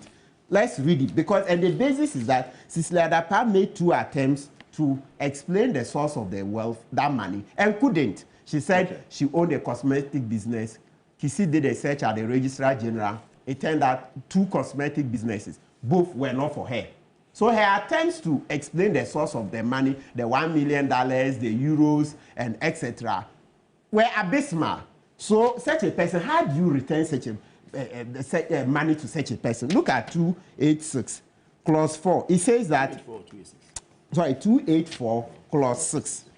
Any property or assets acquired by a public officer after the initial declaration required by Clause 1 of this article, and which is not reasonably attributable to income, gift, loan, inheritance, or any other reasonable source, shall be deemed to have been acquired in contravention of this Constitution. This is it, viewers. This is it. So once Cecilia Adapa couldn't explain the source of that money, you had no business allowing it to go. So Kisi said, well, I'm only a prosecutor, special prosecutor, I'm returning it. And we, Akufo-Addo sat down, the legal luminary. Naturally, anybody with any proper knowledge of the Constitution say, hey, no, please stop, so that Shiraj will come in. Because she had already attempted, and the records were there. And yet he boasts about passing anti-money laundering. Oh, well, it's just a joke. It's a joke. If for nothing at all, shouldn't you even raise questions of money laundering when you can explain where this money is coming from? And when you are reading law on matters of money laundering, they say the first thing, when you find that somebody has income that or money that is beyond the person's income, loan, etc. That is the beginning of money laundering. Money that should trigger money laundering, and yet you boast of passing money laundering act, and yet you were writing comfort letters to people with such money. Let council make the point. But so, just give me an idea of how the support of the public has been for your work as the oral preparatory team. How many of these petitions and information have you been receiving over the last almost 2 weeks now? So what we'll do is that I'll talk generally so that, sometimes it's not every information that is given that is actionable. So if we put out the figures, we keep putting out the figures, and then at the end of the day, they don't match what is presented in court, people will not be happy. So let's say generally, it's in the hundreds, all right? Yeah, upper hundreds, and still we are still receiving more. Yeah, the support is overwhelming. You see people complaining about fertilizers, offenso, the, what do you call it, planting for food and jobs. Phase 2, people complain that, look, fertilizers are given on party affiliations. So MPP people are giving fertilizers, NDC people are not giving, right? And lots, the MMDCs, watch corruption here, watch corruption there, lots of them, right? But we'll not put out the general numbers at this stage, because if somebody hears 500 complaints, then the person will expect 500 cases to go to court. No, some of them, they are leads. You may try to investigate and you may not find the evidence, right? And so you may find that such a case cannot go to court, and you know, it can create problems. But there are those who have also made the point that if you're going on this path, you should also bear in mind that whoever you're intending to investigate certainly would have attempted to close their ranks and also clean their tracks. So it's not going to be a walk in the park for you. Absolutely, yes, it's never been. Oh, Domlevo popularly says that corruption will fight back. It's not going to be at all. It's not going to be, but with the energies and the enthusiasm we all have, well, in actual fact, we are the preparatory team, right? So we are laying the foundation. And I'm sure the real oral team will have the same energy, if not better. So expect the fight to be more genuine this time. Far more genuine than Akufo-Addo, so because your substantive question is that what's his fight against corruption? Look, Akufo-Addo lost the fight against corruption from day one when he made Ofori-Atta finance minister. When he came into office with so many family members, by some accounts, 50, right? Yeah, some say 51. At least, even if we are not using that one, let's count. Atachian was a relation, Amwakwata, Dokua, Eno, Ofori-Atta, people, government. I'm adding the state-owned institutions, right?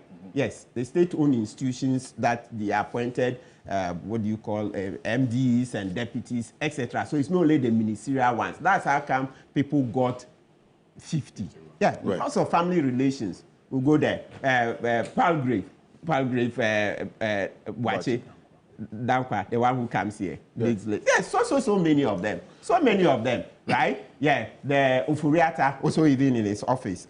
What's his name? There's one of them in the office.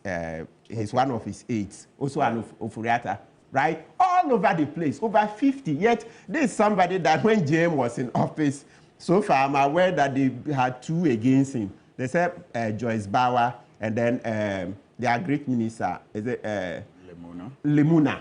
These were the only 2 Akufo-Addo could count when he said JM's administration was family and friends. These were the only 2 so far. I haven't seen anybody increase the number. And then later it turned out that they said Lemuna is not even related to JM. At all. They said Lemuna is not related to JM. Not related by family, but yeah, they have some work. So when you come and you bring 50 family and friends, etc., what do you think? You want to fight corruption? That's nepotism, cronyism. So he lost the fight from day one. When history is written, apart from the CPR you see here, you just look at it, about 50 family members, and when they asked Gabi, good. You see how Gabi Ochiredaku defended it? That they had their grandfather educated. Early. Meanwhile, some of them didn't do well. He, Gabi, Gabi failed the law school exam several times. He struggled to pass. Gabi, listen that we passed one time. Gabi failed the number of times. There are some messages before he finally passed. In fact, and he was bragging that they had gone to school. Everyone that small girls and boys passed one time. There are 2 issues. Gabi failed the number of times. There are 2 issues that are also outstanding. We have the free SHS matter. We have the free SHS matter. That's the family the Galamsey.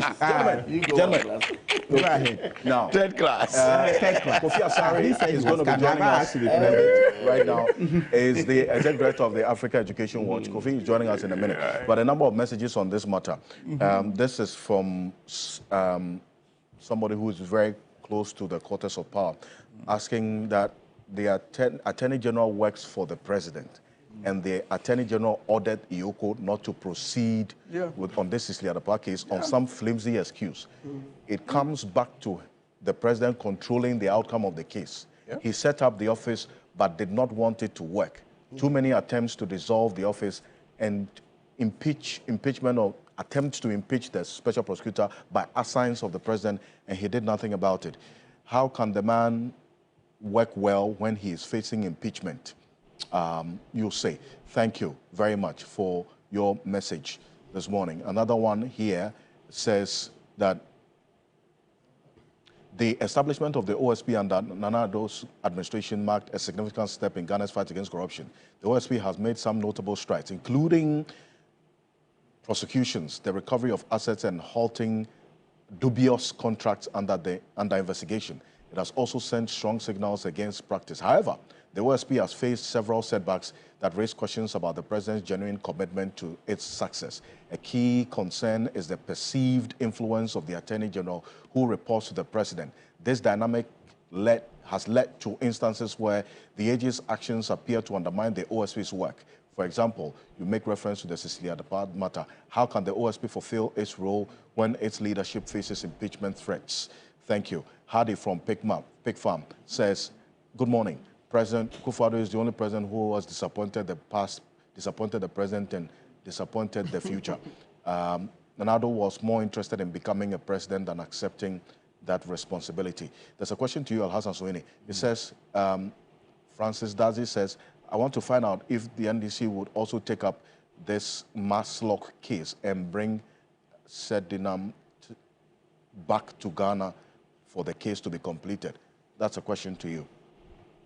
It will be, maybe it's a question to the NDC. Yes, indeed. I am not in a position to speak on that. I do not know the details of that case. I read bits and pieces of it in the media. But, I mean, crime does not expire. It has no expiry date. And so I'm sure that the laws will work accordingly. That's why that is what I am confident in. I am hopeful that the laws of Ghana will be made to work again, and it will work indiscriminately.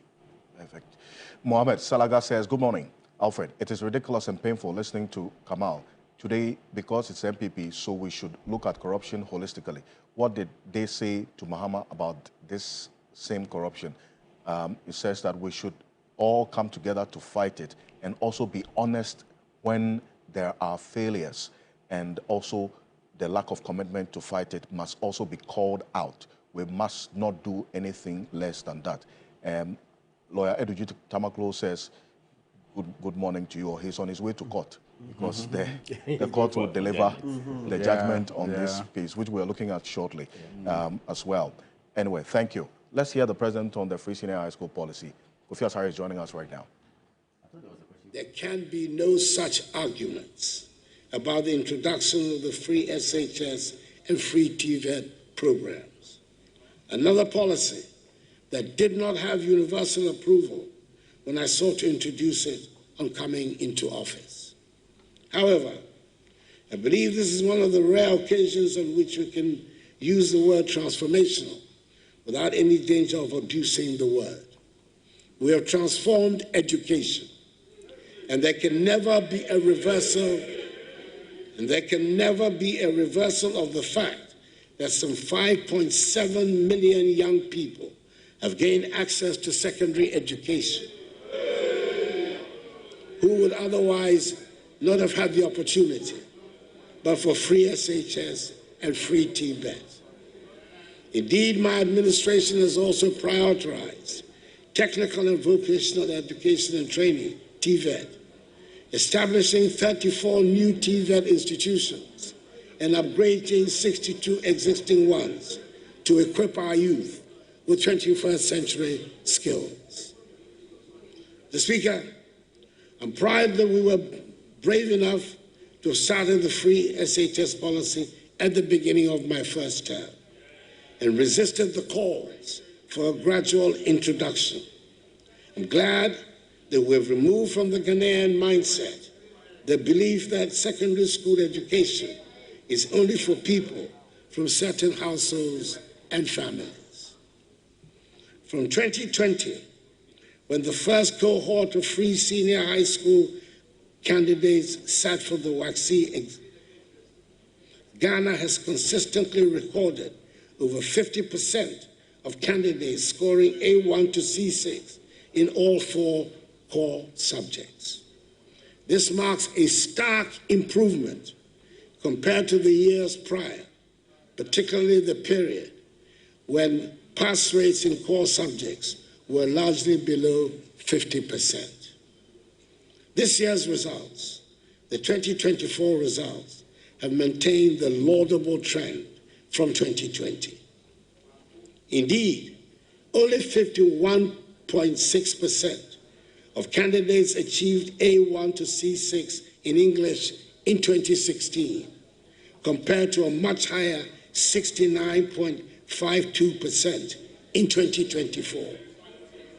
For integrated science, the pass rate improved from 48.35% in 2016 to 58.77% in 2024. Mathematics demonstrated the most dramatic progress, rising from a mere 33.12% pass rate in 2016 to an impressive 66.86% in 2024.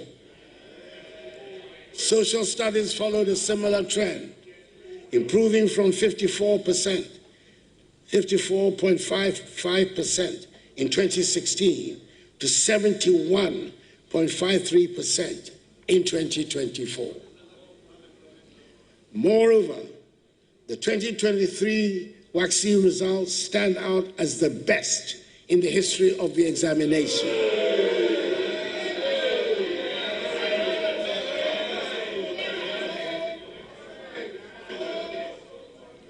No amount of shouts will displace data. It will not happen. The data is there. Well, so that's President Akufo-Addo there, and he says that you cannot contest data on the matter of the free senior high school policy. Kofi Asare is Executive Director of the Africa Education Watch, one of the foremost education CSOs we have in this country. They've been doing extensive work on the free senior high school policy. Kofi, good morning. Welcome. Morning, Alfred, and fellow panelists, and to your audience. Thank you very much for making the time to join us. The President's verdict, as you heard, in fact, you were in Parliament with me yesterday during the SONA presentation. He says that this is one that he's leaving behind with a lot of positives.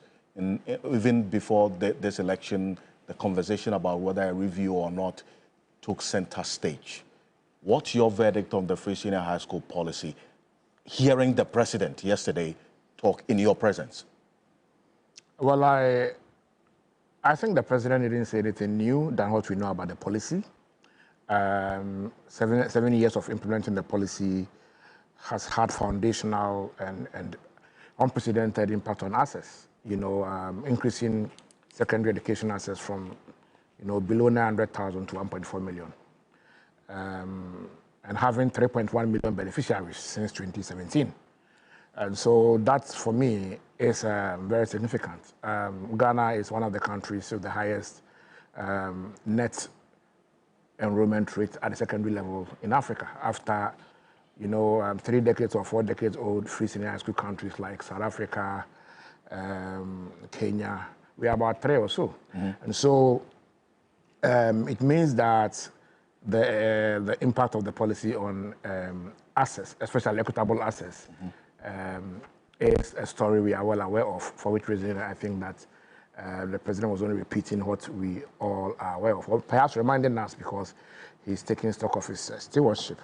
Again, it's also important to appreciate that the President connects the issue of access or enhancement in access resulting from the free senior high school program to quality by using the WASI pass rate as an example. Of course, we've seen an unprecedented 60% pass in all the 4 core subjects at WASI level.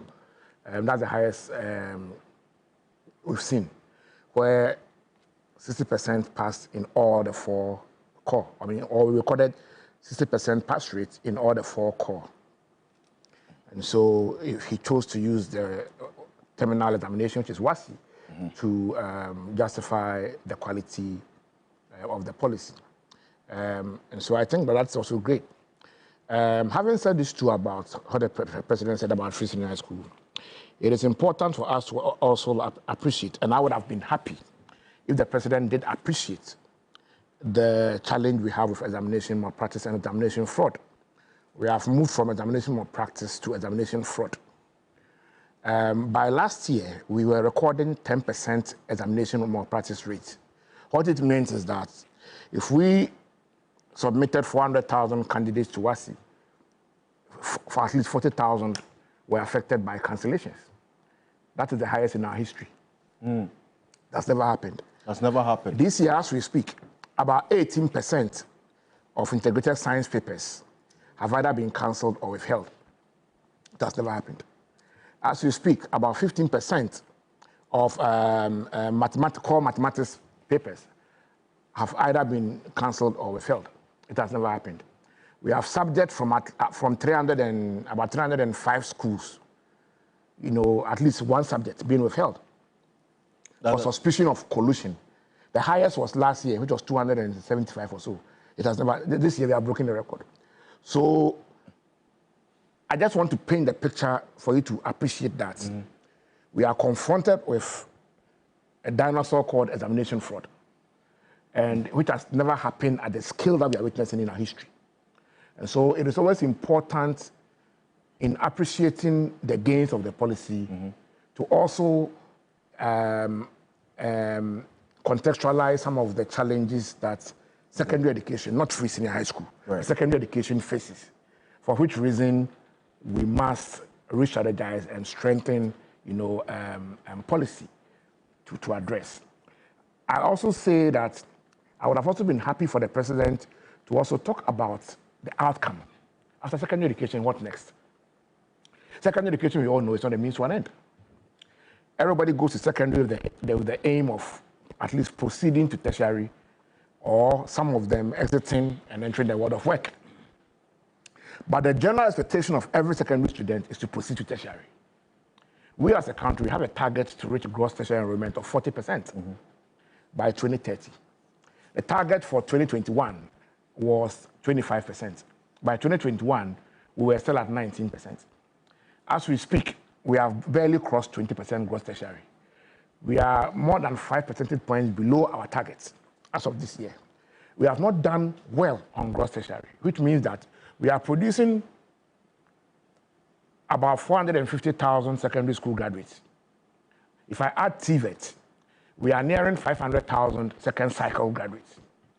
Okay, but we are at the point where, after producing such huge number of secondary school graduates, less than 40% are transiting to tertiary, less than 40%. It means that if you produce 500,000 graduates, you are likely to have about 300,000, right?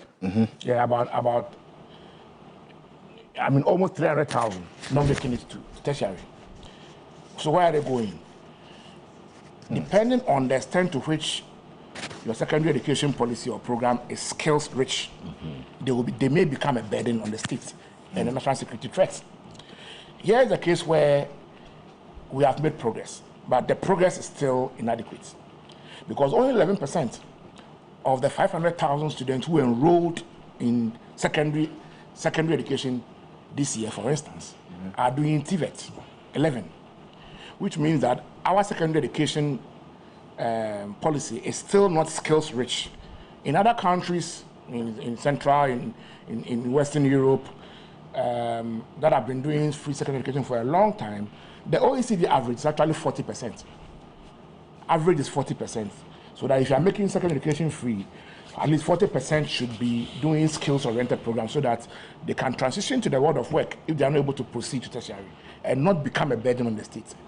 We are doing 11%. And so these challenges, I believe, could have been also appreciated by the president so that it sets into proper context the next level of the policy program for the incoming administration. I see. And so you cannot talk about these unprecedented levels of malpractice and then also not appreciate how that influences the conversation about the pass rate. Some have indicated that with these levels of examination malpractice, we should be concerned about how that also may have influenced the pass rate as to really... It has a direct bearing on the pass rate. Let me tell you why I think it has a bearing. We have done research, and in one school, for instance, in the Ashanti region, we discovered that, you know, apart from about 80% of the students having virtually okay? And this is a private school. These are some of the schools we call the WASI tourism schools. We have about 200 of them. We realized that in the school, no one wants to go to tertiary. No one wants to go to... Everybody has most of the results on my phone. Everybody wants to go to police, immigration, or nursing school. No one wants to go to tertiary because the person has A, but they can't even string a paragraph together in English. They scored A in English, but they can't string a... They can't even speak... They can't speak English or even write. Exactly. But they got A in English. Yes. How is that possible? Yes, that's why I'm connecting the impact of the collusion and examination malpractice to the WASI result. So people that's why I'm saying that even though 60% are getting passes between A1 and C6 in the core, okay, which should take you to any university in Ghana, because we know that it is easier to pass the core. It is difficult to pass the core than your own elective selected. And so if you are recording 60% pass in the 4 core, at least 50% should be going to tertiary. But we are not making 40. I'm not saying I'm making 39. I'm just saying we are below 40, around 34, 35. So the meaning is that there's a significant percentage there that are unwilling to progress to tertiary because they know that what they are carrying doesn't belong to them. That is how examination room collusion, that is how examination fraud impacts on WASI result and tertiary transition. So the president cannot celebrate only this pass rate and not talk about this examination malpractice, the unprecedented levels, which has influenced that same pass rate, which is not really reflective of the real performance of the students. That's what the verdict is. Exactly. And if you go to the universities, we've been having discussions with the management of universities. You know, we've had discussions with the leadership of the University of Ghana. We've been having discussions across the universities. When we were in school, there was a policy that if your GPA goes below 1.0, you are sent home. That policy for about 4 or 5 or 6 years now hasn't been enforced. Just suspended it. I know of a university where about 800 were supposed to go home. And then it wasn't enforced. I think that was about 7 years ago or 6 years ago. You see, if we were implementing that, you would have seen those who were going and coming, and that would have been enough. That would have been enough evidence to back my claim. I'm not saying that examination malpractice or fraud started under the Free Senior School program. No. I'm disconnecting the two. I'm saying that we've had the highest levels of examination fraud in our system since 2020. 2020 is when the thing went out of hand. 2020. We've had highest levels. Just as we are recording the highest levels of pass in WASI in the core subjects. And the two cannot be disconnected? No, the two are related because if WAEC in their own report will come and tell us that schools have now advanced from dictating answers, writing answers on whiteboards this year to now projecting answers. And it means we are improving in the malpractice. We are deploying technology. So this is WAEC not us. So students are actually copying the answers? Yes, projected answers. We have videos from many schools where a WAEC examination is not different from, even sometimes class tests, you know, you don't even copy. It's different, it's just like another lecture, you understand? And you do all these videos, submit it to lawful authority, and nothing happens. And the schools are still centers. Many videos. Some of them are on YouTube, we've shared it with all the authorities, and nothing happens. And so the issue is that it has become a culture that if your school does not participate in the collusion, you are disadvantaging your students. We've gotten to the point where examination malpractice is no more a vice. It is no more seen as a deviant behavior. It is now seen as a culture. It is not a subculture. It is now a culture. That is why students will attack their masters because they were strict during the regulation. When we were in school, that didn't happen. even though there was examination malpractice. But no student would attack a master because they didn't leave the room and allow them to. But that's where we are now. So now teachers are not happy to participate in invigilation. Because if you go to invigilate and you are vigilant, you will be beaten up. Or you may be beaten up by your student after the examination. We saw that in a number of schools. I mean, it is well documented. Yeah, but you see, the students pay between 300 and 500 cedis to the teachers for the collusion. And so my common sense tells me that a secondary school student cannot raise that money on their own. Parents are supporting. Secondly, the mobile phone, which is the main conduit for receiving questions after parents are bought for them by their parents. And so I'm saying that it is now a culture. And then more the reason why I was expecting His Excellency to bring this out, not only to school authorities, not only to government or the next government, but also to parents, to families, to have a conversation around the essence of education. Are we training our children to be that corrupt, even at the point of training? Are we teaching our children honesty, or we are teaching them the means, the end satisfies the means? So for me, that was an important conversation that should have happened. And that's the more reason why you are here this morning, looking at what the president did not see. And, come on in.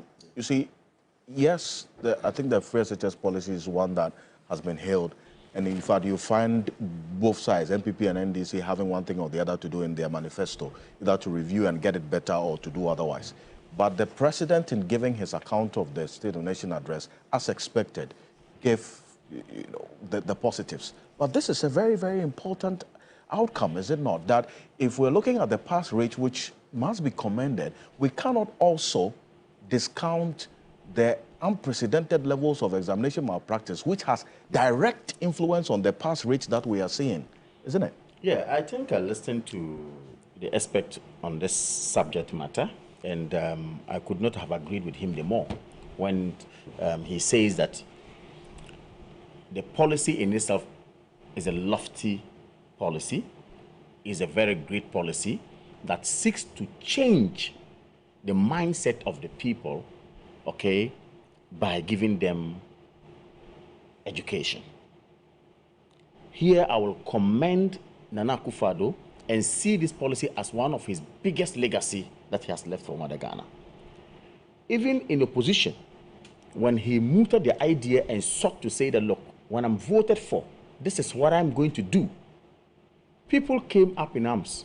It cannot be possible. You cannot do this. Give examples of Kenya. Give examples of places where they thought that has not been feasible when after the implementation.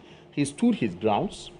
When he was voted for, his first budget after the interim budget, by 1st March 2017, when his budget came, the budget captured that by September that year, that policy was going to be established, which indeed, true to his words, he did. We are where we are today. Over 3-point-something million. Some figures give 5-point-something million have benefited. And that alone, the access that we have seen, hitherto would never existed, deserves some commendation. The next one, having implemented it, nobody should say that you would implement a policy without challenges. There's no way. Expect it. You're going to face financial constraints along the way. You're going to face operational challenges along the way. You're going to face miscreants, like my brother Suhini said, that Efiebia Mensa Womb, people who would be in that same secretariat to ensure that things will work on positively. They will not. Rather, untoward behavior within. You're going to face all these things. But bottom line is, access has actually been attained. Now, if you go on our streets and see the shoe shine boys, who would have told you that maybe JHS, my parents in Niska Medical School. These are the comments they give. But the policy came to erase to a large extent some of these comments that we have in society. Okay. But you see, if over 300,000 will be left after they have completed secondary school and cannot have access to tertiary education, I think it's still a plus to us. Why? What of these 300,000 who would not have had that education at all, but for free SHS? So they have attained some basic level of education, as it were, which alone in itself is an advantage. Because some, even like my brother rightly put it, out of this 300,000 who never got access to tertiary education, might or could move into, if you like, skill training, and they have their basics, education is there. Some of them, like I'm told, want to go to police, immigration, and if indeed they can even pass or proceed with some of these pass marks, even though they didn't get tertiary education, but at least that means we have given or added value to the human resource of this country or the human capital of this country. For me, I am happy that Nana Akufo-Addo, in the run-up to the 2024 election, Dr. Bawumia campaigned on the positives of the free SHS. His Excellency John Dramani Mahama also came to campaign on it and said, look, I am not going to cancel it, and I will not cancel it because he finds it good. And I'm going to make sure that we maintain it and then develop it and even try to add more meat, to the extent that he even added that he will be adding private schools. And the last time I checked, we have over 600 and something private schools in this country. And of course, all of them are going to be part of it. That's good news for us. You understand? So it means that a chunk portion of the youth population in this country would at least move from the illiteracy rate to a level where we will have basic, at least, literacy. And that would be good for us. For the negatives, like I agree with my brother when he says that, look, the president ought to have also told us the downsides of this policy during the State of the Nation address. I agree with him. At least one or two, so that it will serve as a guide to the incoming president, that even if you are going to continue, but these are some of the challenges that we've had. But let us not leave it only to the president. Watchers like my brother Kofi here and other people who are out there interested in the educational sector and the development are supposed to come out with some of these findings. Then we'll be guided. When he mentioned the issue about malpractices, exam malpractice, somebody politically will say, let me just narrow the whole complaint into the at the doorsteps of the president or the one who implemented it. I disagree, because there are critical stakeholders in that industry or that particular, space. Here we have parents, we have guardians, we have teachers. In fact, Charles has just told us a lot, even though they've had money, but it's not enough for them. All of them are critical stakeholders. We all have roles to play to ensure that what we have brought to ourselves or given ourselves as a forward mark is clean going forward. We all have roles to play.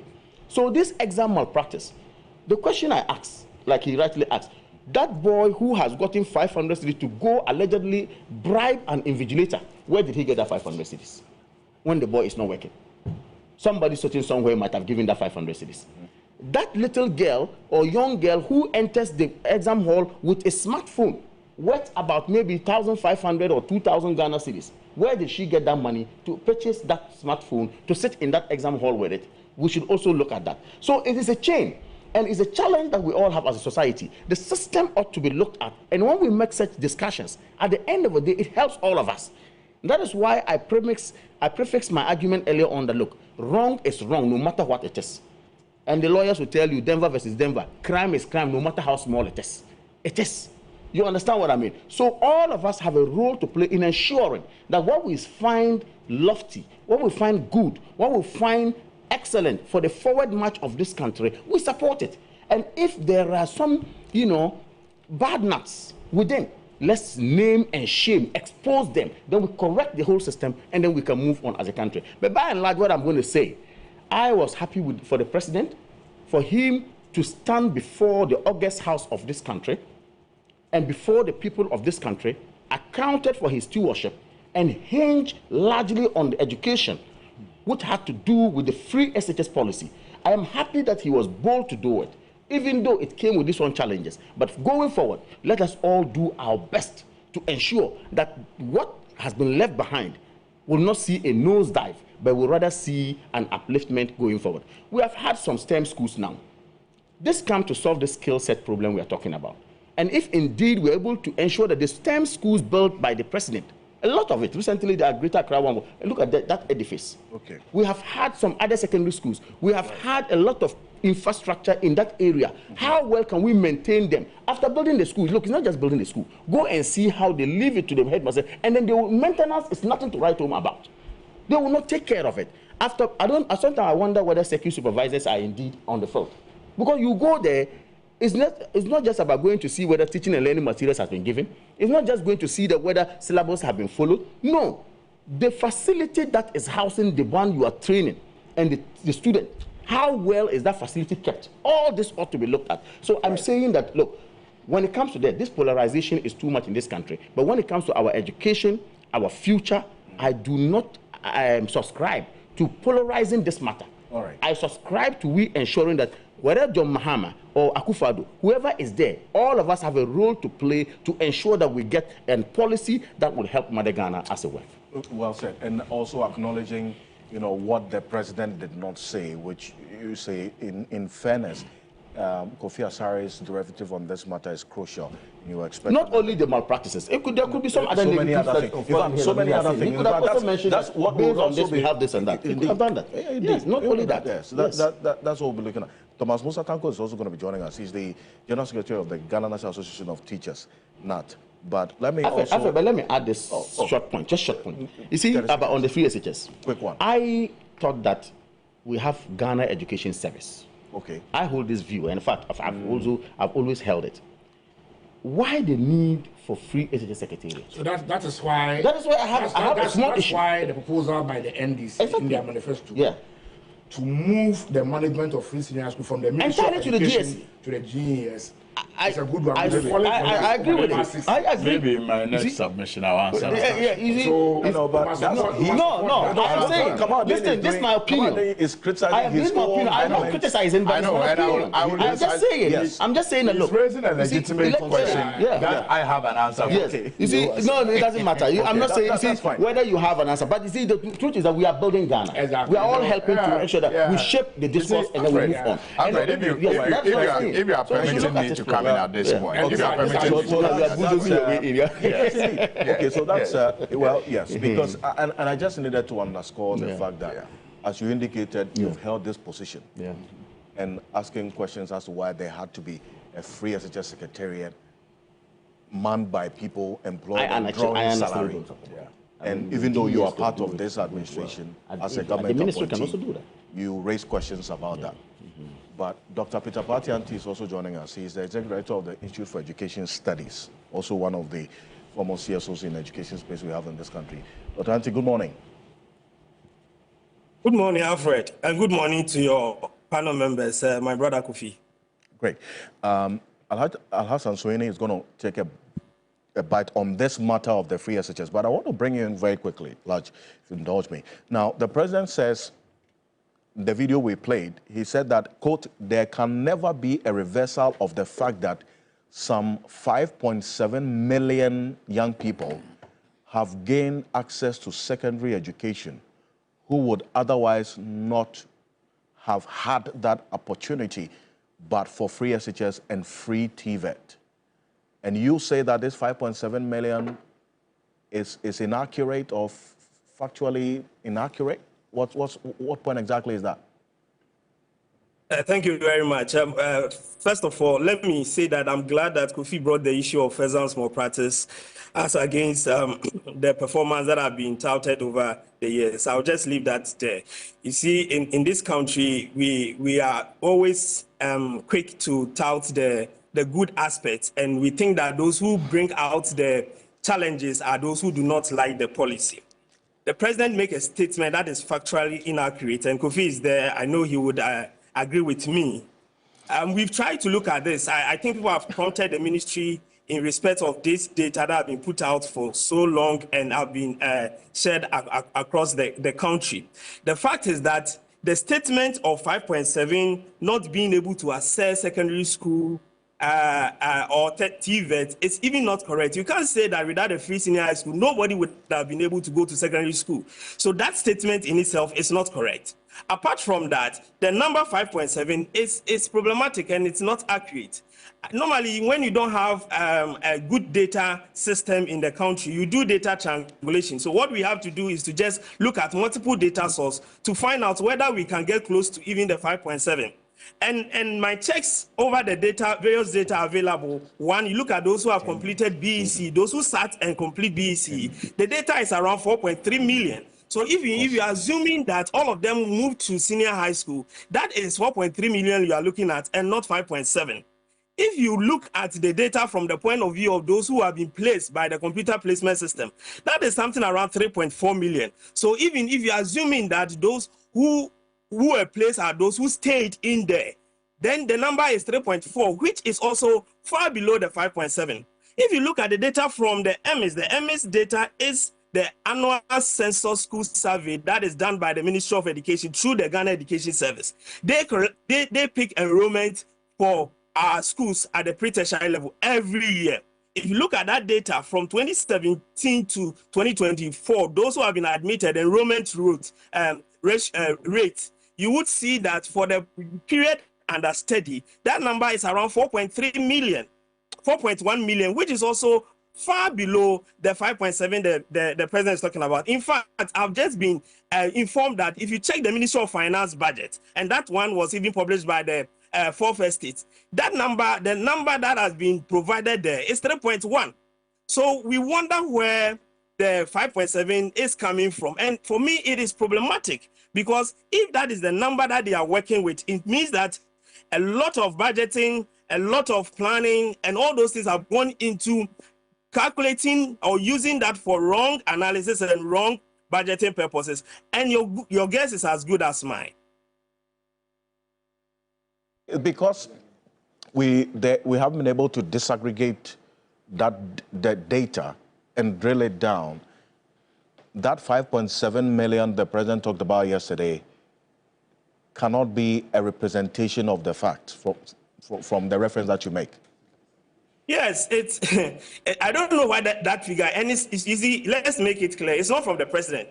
I think it's from those who provide the president with the information. So normally this data will be coming from some people from the Ministry of Education, and not the president will definitely get multiple information from other people to work with. But this number has been peddled all over the place, and for me, it's problematic because that is not accurate. And as I said, if you are not sure, just do data triangulation. Check the multiple sources of data points to see whether they will get close to the number that has been moved about. And that's data triangulation. The extreme point that you will get to is 4.3. That is the number of students that sat for BEC between the period of 2017 to 2024. And there are data from even WAEC that suggests that number is still around 3.1 as has been presented in the Ministry of Finance budget. So please, we should just, if we want to say the story or talk about the story of Free Senior High School,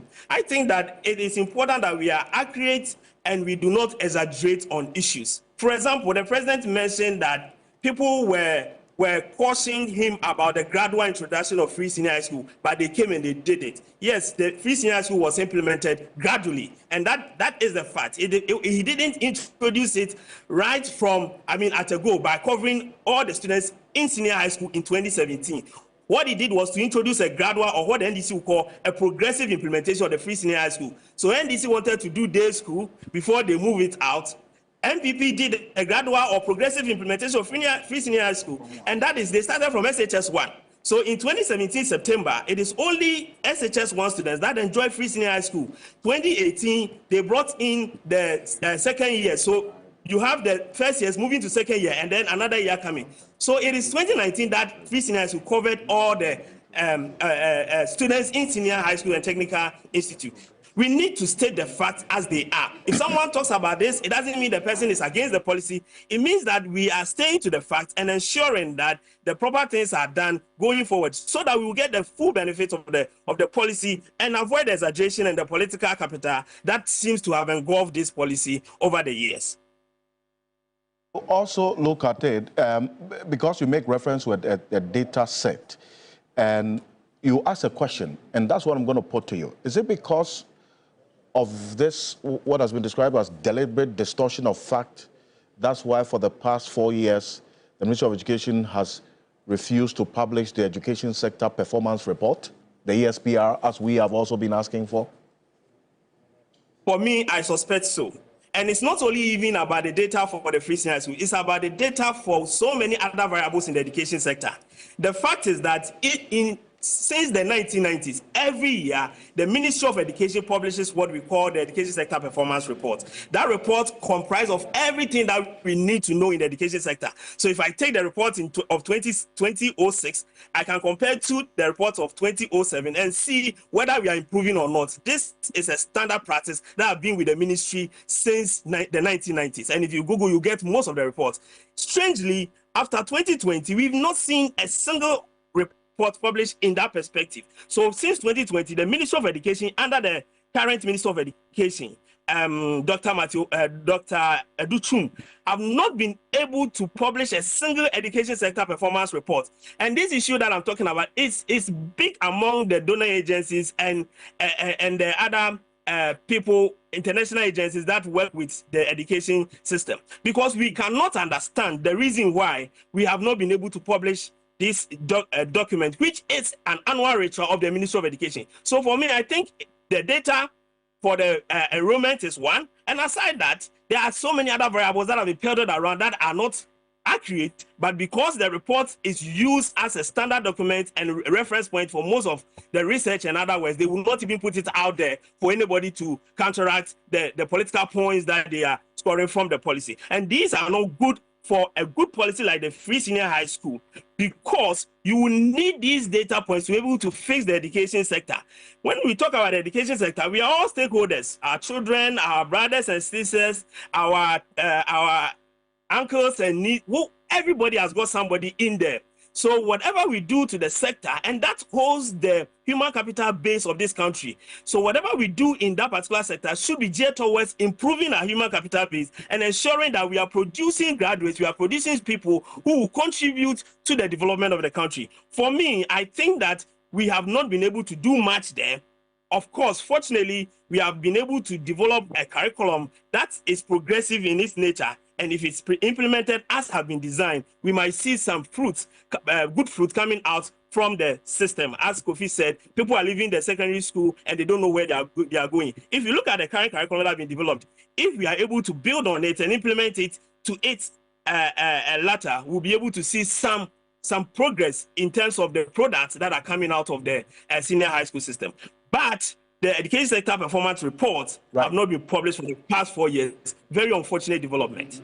That's a very, very important question. And in fact, for those who have been following this program and what I've been asking for on Ghana Tonight for the past 3 years, this is one of the issues. Dr. Anti, thank you. And please stay with us. I'm not done with yours yet. This education sector performance report, I have been asking for this report for the past almost 3 years on all the programs that I host on TV3. Well, I've not had it. If you Google, you'll see up until 2018. I think I saw... if you go to the website of the Ministry of Education, you won't see anything there. But not even 2017. It's not published. It's not on the website. But at least there are sources that will give us some in there. Reports must be on the website of the Ministry of Education. Thomas Musa Tanko is the General Secretary of the Ghana National Association of Teachers. Mr. Tanko, good morning. Welcome. Thank you. Good morning, and good morning, my brother Kofi and all the panel members and all your viewers. Right. Please stay with us. And Alhassan Soini is here. And I don't know if this report, the absence of this report that I'm talking about has caught the attention of Parliament itself. I know you are not a member of the Education Committee, but this is an issue that certainly must be of concern to you, aside all the others that we have talked about right now with this unprecedented levels of malpractice as against the pass rate, which must also be acknowledged by the president. You know, generally, I used to say before the elections that there is no sector that Nana Akufo-Addo's government hasn't messed up. I remember talking about 3 E's, and others added one to make it 4. I mean, the economy, education, environment, you know, you name it. And as a former teacher, I feel very pained watching what we are doing to our education system on the basis of partisan politics, scoring cheap partisan politics. That's just what this is about.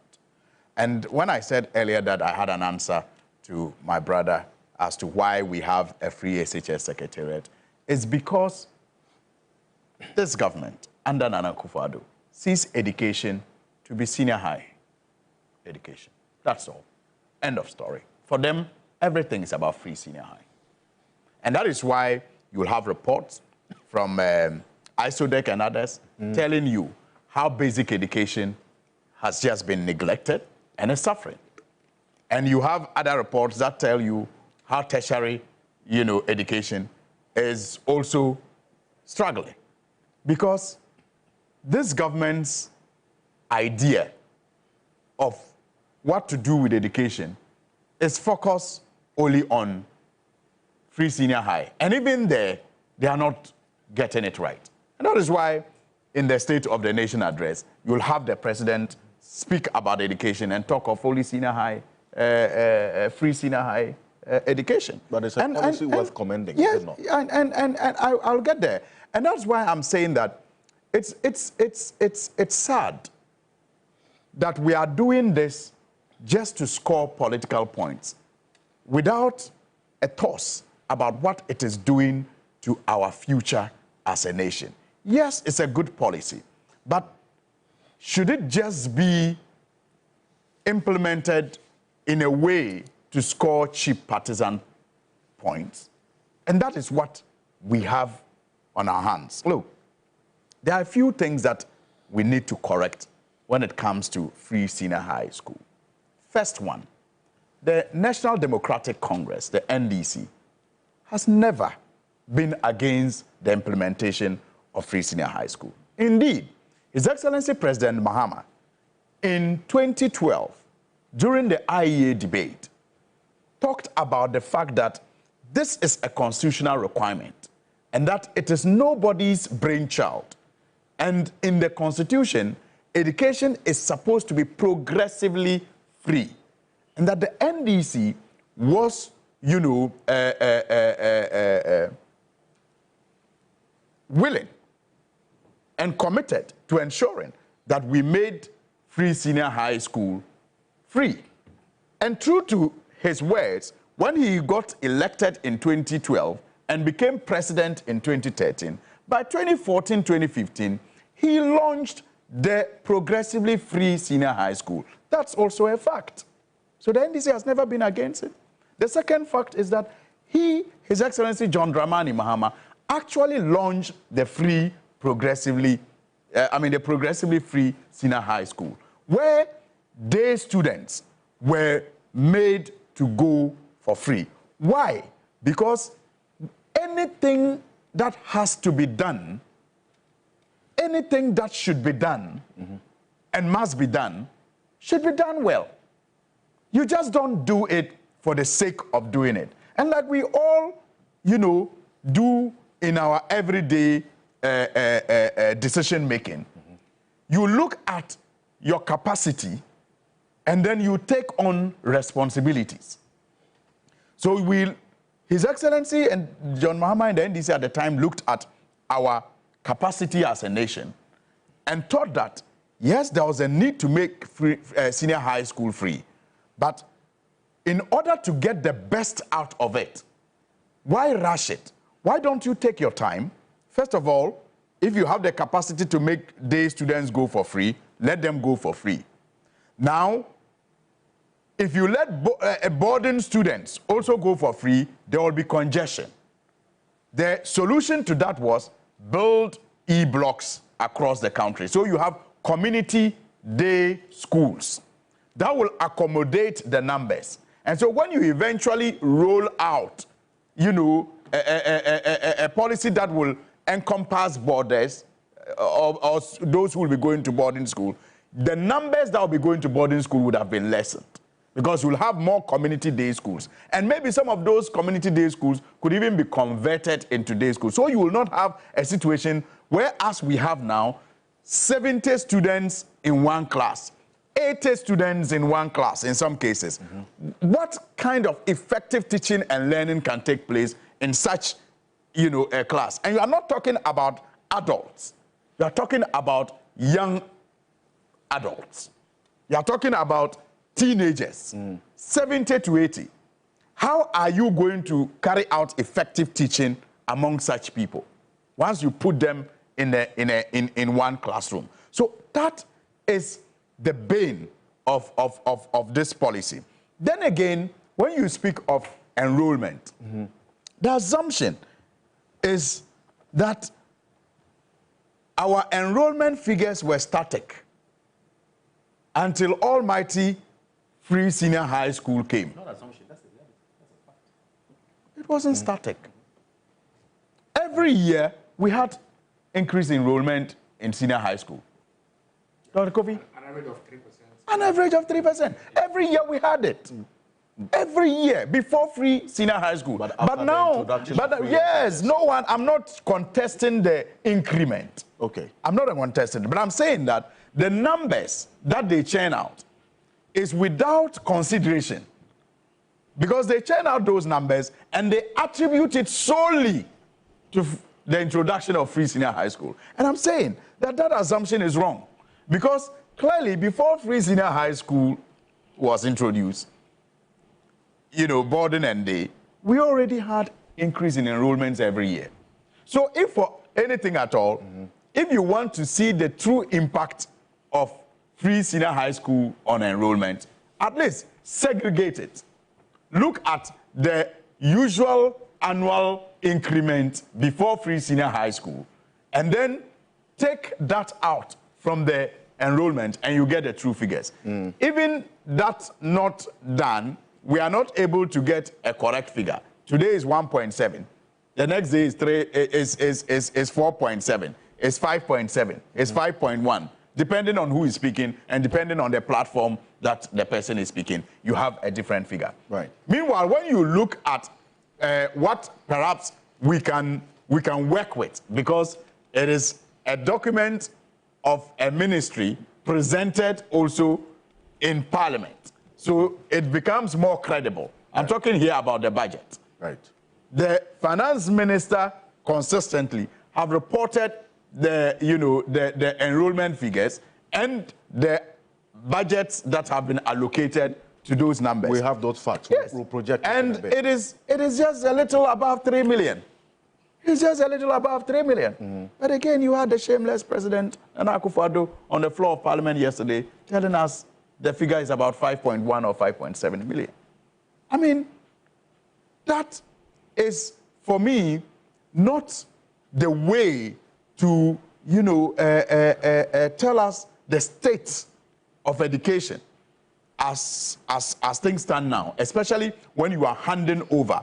And the destruction, my brother, the destruction in the education system is highlighted more by what Dr. Kofi Asari said earlier. The moral decadence that is being introduced, which my brother Kamal agrees to, is supported and promoted by all stakeholders. How do you mean? Tell me. Yeah. This level of cheating that we are seeing, never seen before. And it is clear, like it has been said on this table, first, you had a situation where head teachers and school heads were called and sanctioned if their children did not perform well. Then you have schools now beginning to feel that they are left out. They have KPIs. Yes. So they have pass marks. They have pass marks to meet. So they are left out. And the others who are passing are cheating. And so, in order not to be called to answer why my students are failing, why don't I also, participate in the cheating? Yeah. Parents and guardians are perhaps unknowing and unwilling corporates who are also cooperating. They are culprits who are cooperating. Enablers. And they are enablers.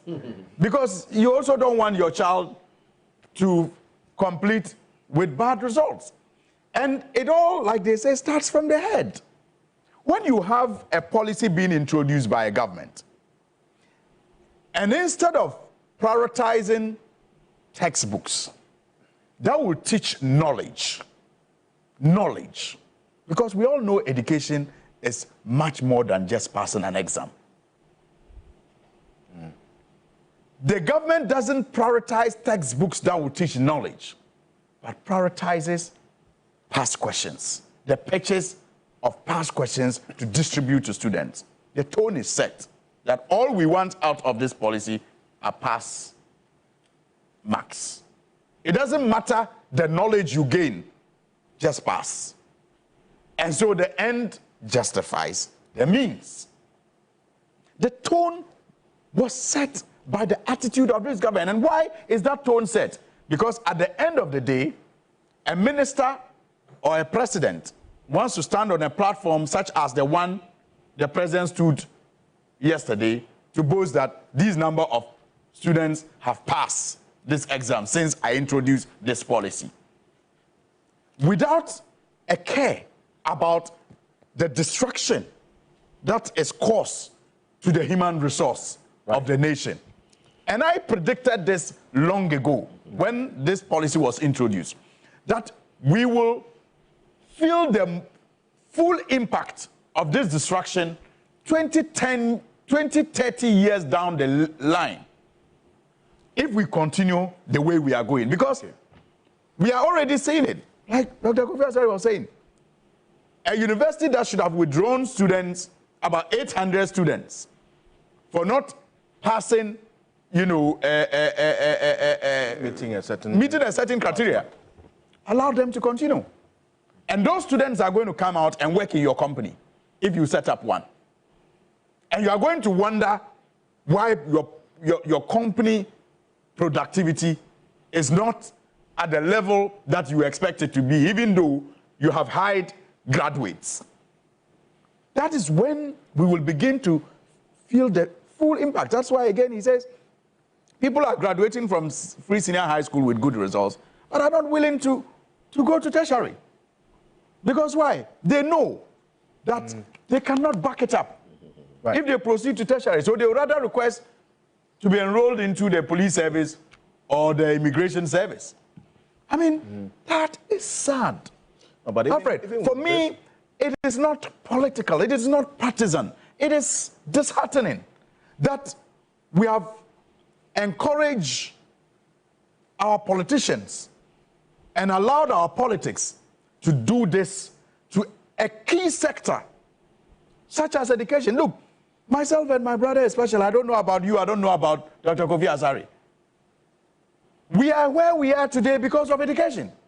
Yes, we are all where we are. I'm just saying, look, I am a second generation, you know, educated person in my family. My grandfather was not educated. It started with my father. And it's continuing with me. And so some of us know the potential of good education for many like us and many who are even worse than us. And so when you find politics destroying that, it hurts. It's heartbreaking. And I just hope that, like the NDC has promised, we will look at this policy. There will be a national conversation around how to make this policy better. Because like I indicated in the beginning, no party, as far as I know, has ever been against free SHS. The difference has always been, in my view, the difference has always been, it has always been, you know, the approach, the quality, and how to ensure the quality. That has always been the difference. Okay, well, the matter of enrollment, and I think that I needed to underscore the fact that we all agreed at that point that this is a policy that is good and worth commending. And Kamaldeen mentioned that, you have mentioned that. The most important issue is implementation, and then also the areas of concern, which we must all concede. This matter of enrollment, Fact Check Ghana, my good friends at the Media Foundation for West Africa, did some work on it. And thank you to Krobia for sending me this. Good morning to you, Kwame Krobia. Yeah, like I said, a little about 3 million. West Africa Fact Check Ghana. So this is it. What you are seeing on the screen is from the Ministry of Finance. Every year when they present the budget, they present the total first year enrollment, which is the total number of students who benefit from the free exchange program. Unless there is some other set of data that we don't know about. That's a good one. I like this one. But this is the Ministry of Finance sort. The source is the Ministry of Finance. And if the budget does not, and if there is another set of data, then we must be concerned. Absolutely. Unless we don't know. Because if the budget does not capture the full complement of... Then that is problematic. The picture that as a total number of persons, that's another matter. It's a problem we have to deal with. In 2018, that was the 2017-2018 academic year, 362,118 students benefited from, that's entered the first year. So they got into the free senior high school program. And they started in 2017, so that's why you see the academic year. 2018-2019 academic year, 432,791. And then 2019-2020 academic year, 404,851. 2020 to 2021, 423,320. 2021 to 2022, 553,353. That was the year we had the highest. And then 2022-2023 academic year, 447,396. And then 2023-2024, 509,925. So if you add all, you come to a total of 3,135,754 beneficiaries of free senior high school policy. That's against the 5.7 million that the President mentioned yesterday. As I indicated, unless there's another set of data apart from what's captured in the budget, and if there is, we shouldn't be concerned that it means that the budget is not capturing the full complement of the issues. That should be concerning. Let me just point out. Yes, and then I'll come to... On this one. Yes. Now, when we published our free senior high school cost incidence analysis study in December last year, in the course of the work, we came by the 5, then the 5.7 was 5.3, okay? Because it appeared in the last budget that Ken read. So we tried investigating the source of that 5.3. Then it was 5.3. And then we spoke to some people at the Ministry of Finance. We tried to get where they got the 5.3 from. Now, our understanding of why the 5.3, which is now 5.7, emerged is that someone somewhere was calculating the beneficiaries based on the frequency of benefiting. Let me explain this. And at free senior high school, if Kofi Asare is enrolled as a student in Form 1, I'm giving a unique number. It is based on that number that my school fees is paid by central government. Okay? And so, if I enter Form 1 and I'm giving number 001, and my fees for the first year is paid, it's a 2,000 cedis averagely for a boarder. When I get to second year, it is counted as 2. Second beneficiary, even though it's and when I get to final year, exactly. So they are counting the frequency of paying my fees in the entire 3 years instead of the beneficiary. So perhaps those who are putting out the 5.7 should find a better capture. Absolutely. Or a better caption, or a better way to capture or interpret the 5.7. Right. But it cannot be interpreted as beneficiaries. Because the beneficiaries will be a head count of human beings that are benefited. And that head count will give you 3.1 and not 5.7. Kofi, thank you for this. I think so, yes, that clarity is important. And commanding at, I'm sure that's what you intended to say. Let me bring in Mr. Tanko. Ghana National Association of Teachers, one of the major stakeholders in this education space, because you are on the ground, you see the full scale of the impact of the implementation of this free senior high school in its current form. What's your own verdict of what we are seeing right now with the free senior high school policy? Once again, thank you very much. Good morning to all the panel members and all the viewers. This morning, I am very sad. Why? I am very, very sad. Sad because how can parents be at home eating and their children be at school not getting food to eat? And since yesterday, the topic has been statistics as to what is correct and what is not correct. We all know that certainly the 5.7 quoted by the president is an exaggeration. It's certainly not correct. And the people providing him with the statistics ought to be blamed. Because before the president goes out there to make those pronouncements, he is supposed to be giving the facts and the figures by all the institutions. So the question is, where is Ghana Education Service and where is the Ministry of Education? Some of those things should not be taken lightly. The reason being that the World Bank and all our stakeholders, they listen to all these presentations, particularly when the president is speaking. So when we have gone ahead already to have some kind of engagement with the IMF, and the IMF, let me tell you, they have their own ways of checking all those statistics. So if we at the end of the day come to say that we are dealing with 5.7, when the IMF actually know, or they know that that is not the figure they have and all that, it doesn't speak well of us. We become a laughing stock before the international community because our current educational system is heavily dependent on external support. And so we need to be careful. Yes, and I said I am sad because, you see, education has always been a political football for the politicians to be playing. This one played here, this one will play it here.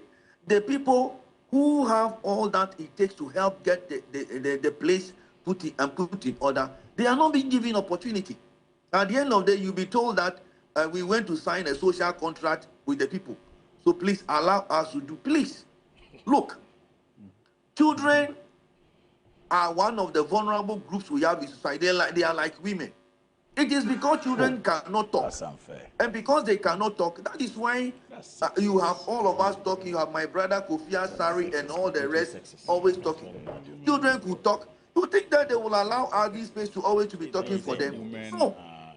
And so please, when we are presenting issues about children, let us all appreciate they are a vulnerable group. And because they are a vulnerable group and they cannot speak for themselves and they are heavily dependent on us, let us try as much as possible to be transparent and fair with them. Like I have already said, that there is a feeding problem currently in the schools. We are not talking about that one. And I'm asking, how can parents be in the home eating? How can we be in our homes eating and we send our children to school starving? What kind of principle teaches us this? What kind of theory is this? Look, the Children's Act provides that in all matters that will have to do with the child, that they say that the interest of the child shall be paramount. The interest of the child shall be paramount. In this particular instance, how can we say that the interest of the child is paramount? Even statistics, we are not getting it correct. How can we fix the problems in the schools? Please, I have already said it somewhere. We should all be careful. Because I remember quite clearly, in the Upper East region, some of the secondary schools rose up. And when they rose up, because they have not eaten, they started rioting and all that. And the teachers were at the receiving end. They started blaming teachers. They think that the teachers have collected the food and they are not giving it to them. Currently, they are at school. Confirmation is that there are some schools that don't have food. Please, I am by this serving notice to all the powers that be and the duty bearers. They must make sure that the food and whatever the basic necessities the school needs, all the schools need to operate, they send it to them. They should not wait for the students to start rioting and then they will come back and come and blame teachers. That teachers, they say they want to set a committee and all that. We will not accept those things anytime again. We are telling them now, the schools where the children are having problems, the schools are having problems with food and some kind of logistics, and whoever is in charge, the Director General and the Minister of Education and all the duty bearers, they must make sure that the schools, the basic necessities are supplied. I am heavily disappointed about seeing the presentation of the SONA up to now, because the statistics presented is incorrect. And I'm surprised who provided those figures to His Excellency, the President of the Republic of Ghana. Please, we should stop doing these things. Education has suffered too much, this kind of things, and it has become a political football and all that. People quote, and when you even challenge them, show us your source, then they begin to tell you other things. And like my brother Kofi Asare was saying, how can you, when you are counting beneficiaries, do you count frequencies? What kind of statistics are we talking about here? How can you, when you are asked to do head count, you don't count the number of times the person appears. Count once. If it is an individual, you say one human being. You cannot count the same human being 4, 5, 7 times. It's unacceptable. And we should stop that kind of thing. Like I have said, today is Saturday. The children went to school yesterday. Our schools, if care is not taken, they will soon start hearing rioting in some of the schools. I am on the ground and I am telling the duty bearers, whoever must send the food, they must make sure that the food should go. Children have suffered for far too long. The children have suffered. And we must not allow this thing to continue. The politicians, we need to tell them enough is enough. Enough is enough. Don't be singing your praises. Let the children praise you. Let parents praise you. Don't come and be telling us you have done something that you have not done. We are on the ground. We are saying that our children in the schools, they have not eaten. Parents too cannot eat. It is shameful, and it is also it's an embarrassing situation that parents will be in their homes eating, and children in the schools cannot eat. Why? What kind of development paradigm is this? It's unbelievable. And this morning, since yesterday, it is about statistics when we all know that the statistics we have is incorrect. Please, having said this, I want to believe that the incoming government will do things different.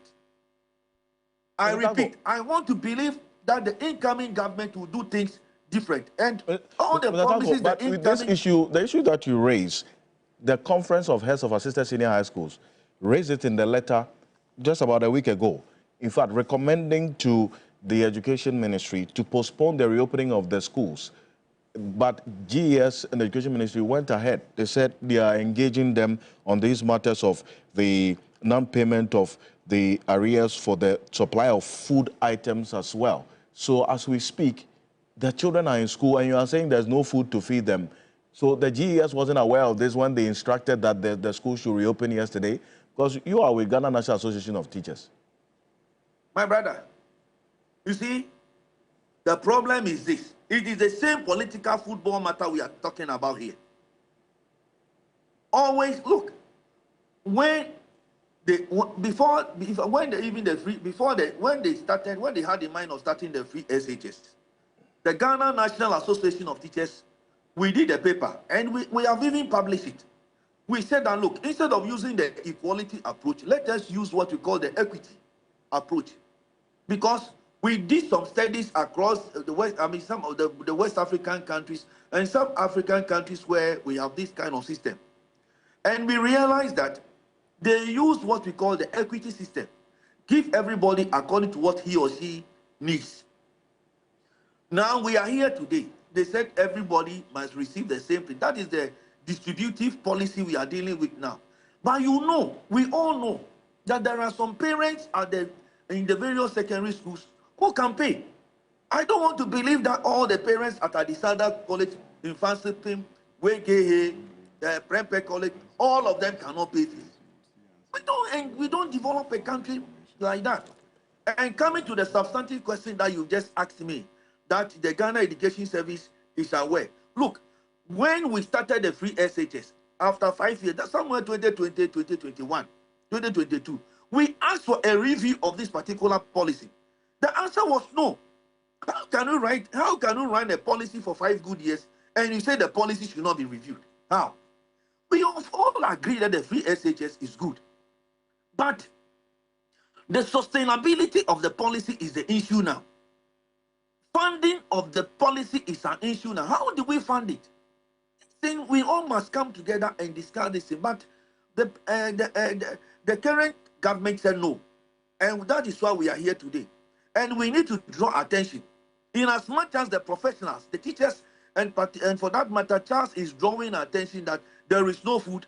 At the end of the day, the government of the day says that no, schools, the children must still go to school. The children have gone to school. All that I am saying is that, please, this morning, let me quote one Bible verse. The Bible verse I use for my devotion.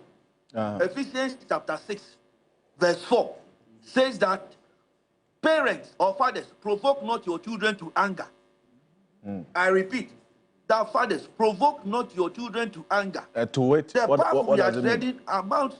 The path we are treading amounts to provoking them to anger. How can we send them to school, then they will not eat, and we think that they will not get angry? Please let us be cautious about this. And I'm saying that whatever we can do to provide the schools that don't have food, we need to get it done as soon as possible before things get out of hand on the various campuses. Mr. Tanko, thank you very much. Thomas Musa Tanko is the General Secretary of the Ghana National Association of Teachers. They are on the ground. They know exactly how the reality is with this, the implementation of the Free Senior School policy. He's talking about what is going on, and he's still with us. But, Council, just your quick take on this matter, and then we'll go to Galamsey, which is also another very important issue. Just a quick one. Yes. Okay. Yeah, so briefly, you know, I've said it over the years that I'm a self-appointed ambassador of the Free SHS. Yeah, that's one I may give it to Ekufuado. He's done well on it, of course, but we must also know that, or remind ourselves that it's a constitutional imperative. Actually, it's a constitutional imperative. It's not as if, because it's in there. Let's go to Article 25, thereabout, that it should be made progressively free. So what do we expect? As the years went by, we were bound to have free education. But I also see the implementation challenges and all that. So what I pray is that, you know, as part of the IMF program, we've put in there that we're going to review it. And JM has so promised, right? So it's actually an IMF conditionality that it should be reviewed. Right? Could you have a comment? On the IMF thing, we actually backtracked. Yeah. And so it is no more in the IMF. The government explained to the IMF that Free Senior High School was not. They said review. They didn't say cancel. They didn't say cancel. That policy, the document said review. Yes. It's not a cancellation. No, it's nobody can cancel it. Yes, but they refused to review it under the IMF program. Yes. So in their various reports, the staff reports, government didn't express any commitment beyond stating it in the initial January 2023, January 2024 report. Okay. Yeah. Right. So James' commitment that you review, for me, once it's part of the initial, see, that's the document. Let's clarify this because we are all learning so that we get this. It's just like, you know, the IMF, there are a number of things we have to do. You know, Mr. Okansi, our pet project, the Code of Conduct for Public Officers, yes, it's in there that is to be reviewed, right? It's not yet been done. It doesn't mean that it will not be done. It's part of the project. So let's be clear. You are not saying that the agreement has been renegotiated and review of Free SHS has been cancelled out. That's not what you are saying. Because we only know of one report, Honorable Suini. Let's get it. I stand to be corrected. I think it's about emphasis. What the point is making is that since after that report, the subsequent reports have not highlighted, highlighted but it's in the memo. Exactly. It's in the memo. Yeah, so it's an agreement. So your point too still stands. Very good. I just wanted education. Yes, it's just like our pet subject, the Code of Conduct for Public Officers. JM, we beg this one, if you don't deliver it, the way the youth are angry, they are talking about ora. If we don't have that one done, very soon they will turn their anger on you, right? Yeah, so as for the Code of Conduct, because, you know, you've promised that within the first 120 days. Yes. It's actually a bill, right? Conduct of Public Officers Bill. Yes. It's not a code. No, it's because chapter 24 calls it Code of Conduct for public officers. If you go to chapter 24 of the Constitution, it's called Code of Conduct. But what we want is a bill. What civil society is calling for is a bill. Yes, but the Public Officers Bill. Yes, calling it Code of Conduct doesn't take away much from it. It's the way they've called. So if you go to chapter 24 of the Constitution, say Code of Conduct for Public Officers. That's its name. So you hear as a COPOP bill. Okay. So it doesn't take. So when you hear code of, I see what you mean. Yes. So like code of conduct being that it's not going to be mandatory. It can be an administrative code. Yes. A legislation. Yes, in his previous administration, he had the administrative code. But we also have this one. So is this one the mandatory one going to Parliament that we are emphasizing? Yes, so it's good. So continue. See, he's already showing the anger that they don't want renegotiated. These are all the IMF agreements. They don't want renegotiated. The IMF didn't make it precedent. And that's my problem with the IMF. Action.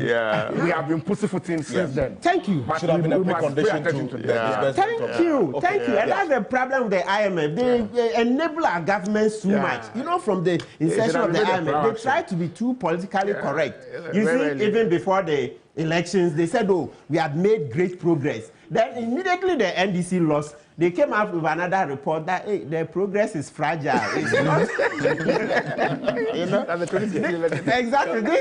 This Bretton Woods institutions, please, IMF and World Bank, we don't like this politically correct, this posturing. Just be blunt, because we, you know, generally our society, we are not that much educated and sophisticated, so it's difficult for us to do hold our leaders to account. So you have to help. Sometimes you sit up and aloof, and then you allow leaders to deceive us. Look at this OSP matter like this, okay? Akufo-Addo was, listen, muzzling OSP, IMF, American embassy, all of you just sat down. You didn't help much. I mean, you can't do that. We need help.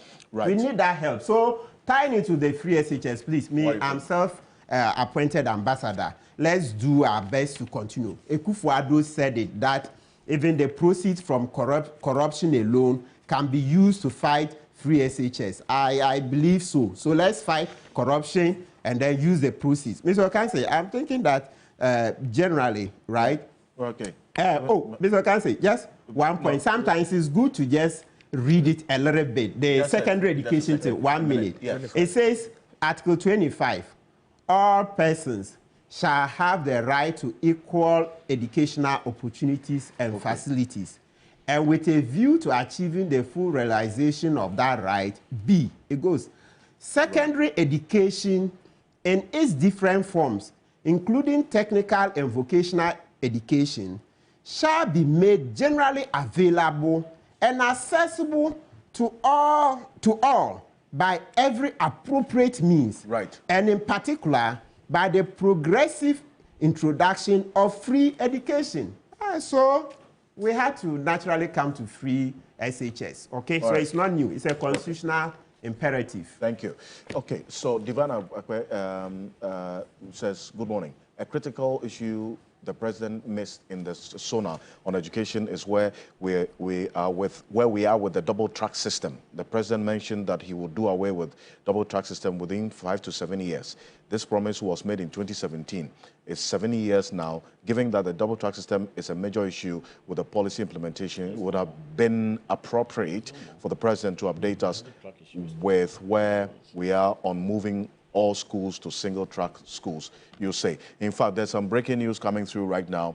I need to go straight to the northern region because our correspondent there, Christopher Mwako, is connecting with us right now with the breaking news.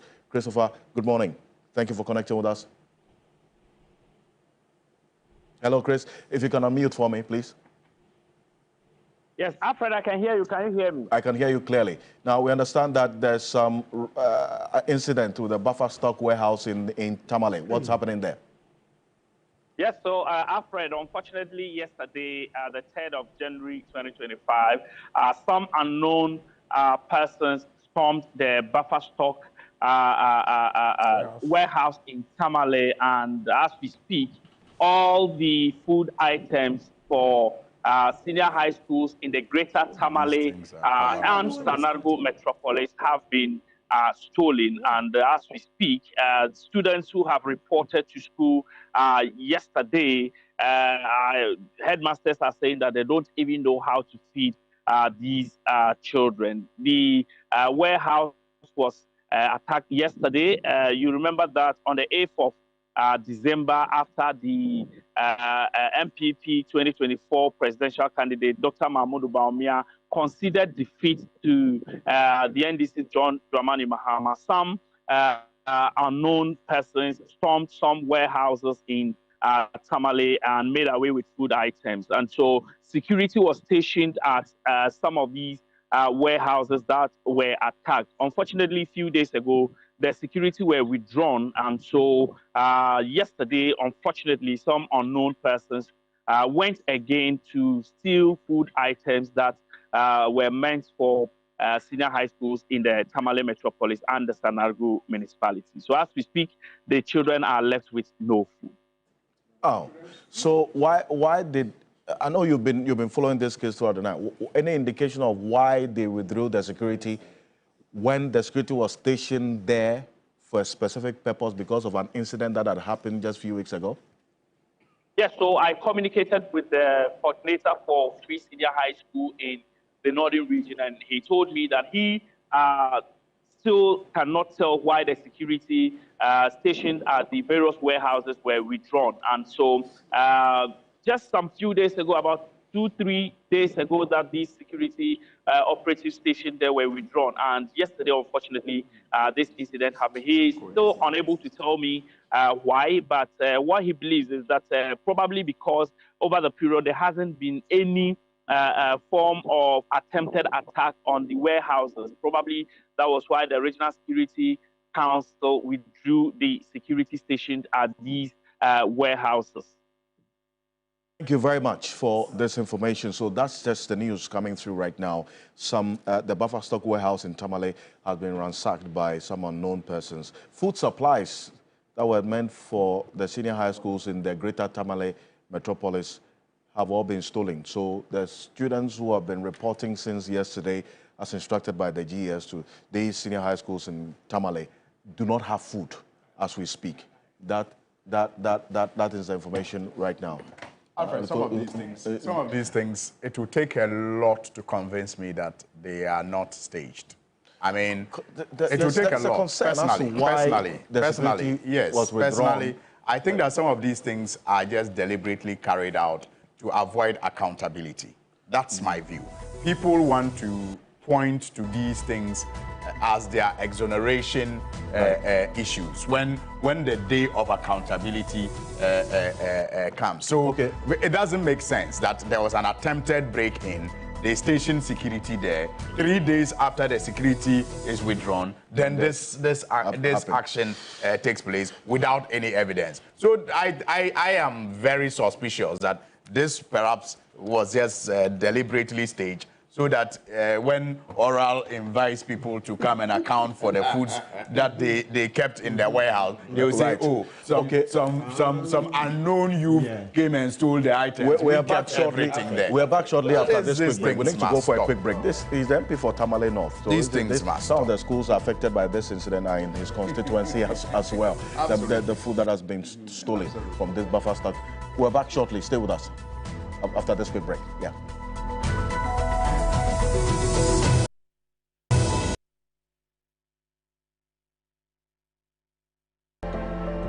This is the reason why I love Ghana. Then the lottery acquiring penty yenim se Ghana and Nadim Kunim. We are one. Ghana as one. We are proud about Ghana. Sabaya 2 years nano. Akos asundem ayenshia ohawbia. Africa and the rest of the world salute Ghana. Don't forget the lottery acquiring pen. Send love. Love to all Ghanaians. The lottery acquiring pen. In a world where every moment counts, one team stands ready to deliver the news that shapes our lives. A team driven by truth, integrity, and unwavering dedication. They travel to the front lines in the tireless pursuit of truth to bring you the world stories like never before. Get ready to witness the stories that matter. We have the most trusted voices in journalism who are committed to delivering accurate, balanced, and thought-provoking news. TV3, first in news.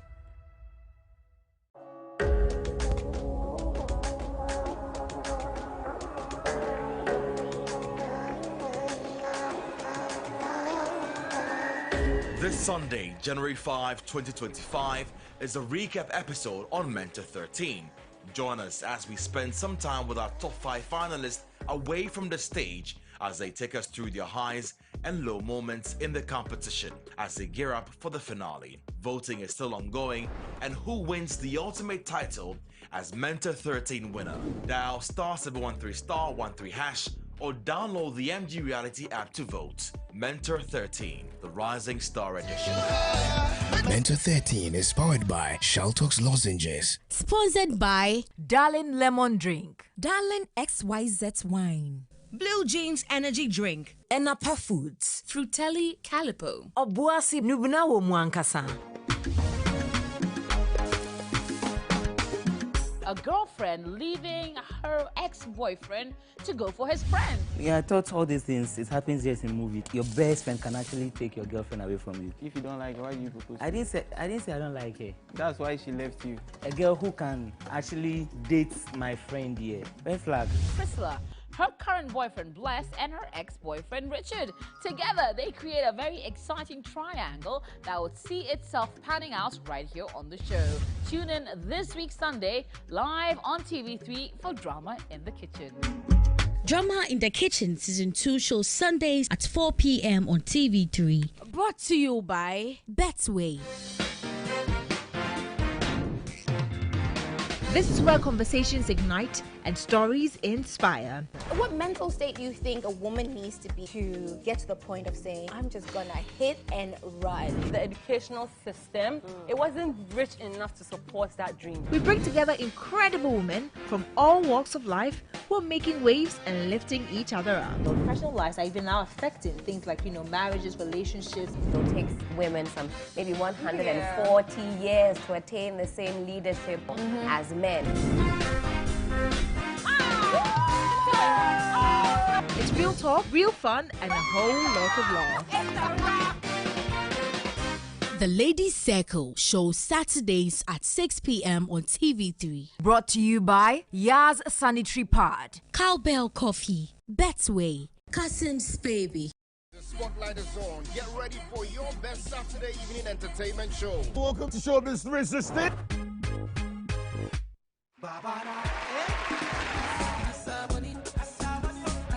Where we serve you interviews, dance and music, educative, and so much fun content. Who feed the cow when they eat the lizard? What's the meaning? Every Saturday, we bring you your favorite celebrities, content creators, and people who keep you entertained on your screens daily. Do not miss with your host, Giovanni Kalen. Best of entertainment right here, live on TV3. This and every Saturday at exactly 8 p.m. is Showbiz 360. 1, 2, 3, 4, 5, 6, 7, 8. Showbiz 360 show on Saturdays at 8 p.m. on TV3. Brought to you by Betway. Winner big. Cowbell Coffee.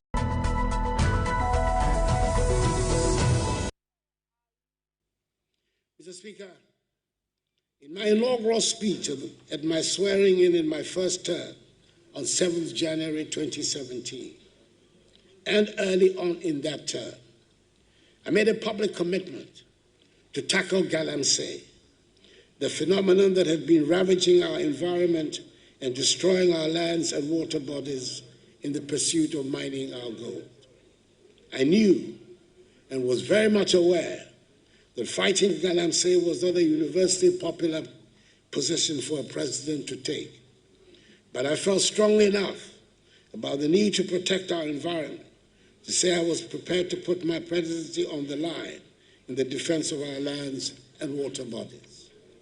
And indeed, Mr. Speaker, the fight against Galamsey led directly to the loss by my party of several parliamentary seats in the 2020 elections. And to the makeup of this 8th Parliament, which affected the implementation of my policy agenda and impacted the second term of my presidency. I welcome the many loud converts to the fight against Galamsey that suddenly appeared in the run-up to the 2024 elections. And I pray that more and more of us get to embrace the need for the protection of our lands and water bodies. As I have stated on numerous occasions, the fight against Galamsey is not a fight against mining or the extraction of the gold the Almighty has so generously endowed us with. But we owe it to future generations of Ghanaians to extract our minerals in a manner that protects our lands and water bodies. Well, welcome back to TheKeyPoints on TV3. We're live on 3FM 92.7, also on a number of radio stations across the country and on TV3 Ghana on Facebook. And a number of you sending us messages. Reverend Dr. Kojo Akakwating says, it's sad to hear that senior high school graduates with grades supposedly showing academic brilliance would rather not further their education. Gentlemen, we're back. Yes, please. Would rather not further the education, but would want to be recruited into our security services, where we need quality personnel to deliver quality service. Even that option of going into the security service must be of concern to all of us, because if persons who cannot even read and write and got these grades through dubious means are getting into the security agencies, that should tell you why we are encountering all these situations with the security personnel in some of the services. Thank you very much, Reverend Dr. Kojo Akakwating. And yeah, to a number of you as well who have sent us messages. Let me acknowledge the presence of Dr. Solomon Owusu, who is a mining consultant and based in the United States. He's here in Ghana for some few days. We had him in studio for good reason. The next conversation, illegal mining, as you heard the president talk about during the SONA yesterday. We've said it a number of times on this program that the president's assertion that the MPP lost a number of seats in 2020 due to the fight against Galamsey has proven not to be true. And so we're not going to belabor the point, because Fact Check Ghana has also done quite some work on that, disputing that position, not just espoused by the president, but a number of elements within government. It's not reflected in the facts as we see it. But Dr. Solomon also, good morning, welcome. Thank you. I'll start with you, Kofi, on this, because, and there's just brief minutes on this, Kofi, sorry, because you were part of other CSOs that came together on this fight against illegal mining. The president is exiting. He said that he expressed his willingness to put his presidency on the line, but what legacy is he leaving behind when it comes to the fight against illegal mining? Kofi? Well, I don't see any legacy within that space. It is actually, if there's a legacy, it is a history to be quickly forgotten. It would have been great if the president was able to amend the LI that opened our forest to the level of destruction, I mean, we've seen. The LI 246 Exactly. Unfortunately, that didn't happen because of the skirmishes that happened in Parliament, even though there was an attempt to lay it, we are told.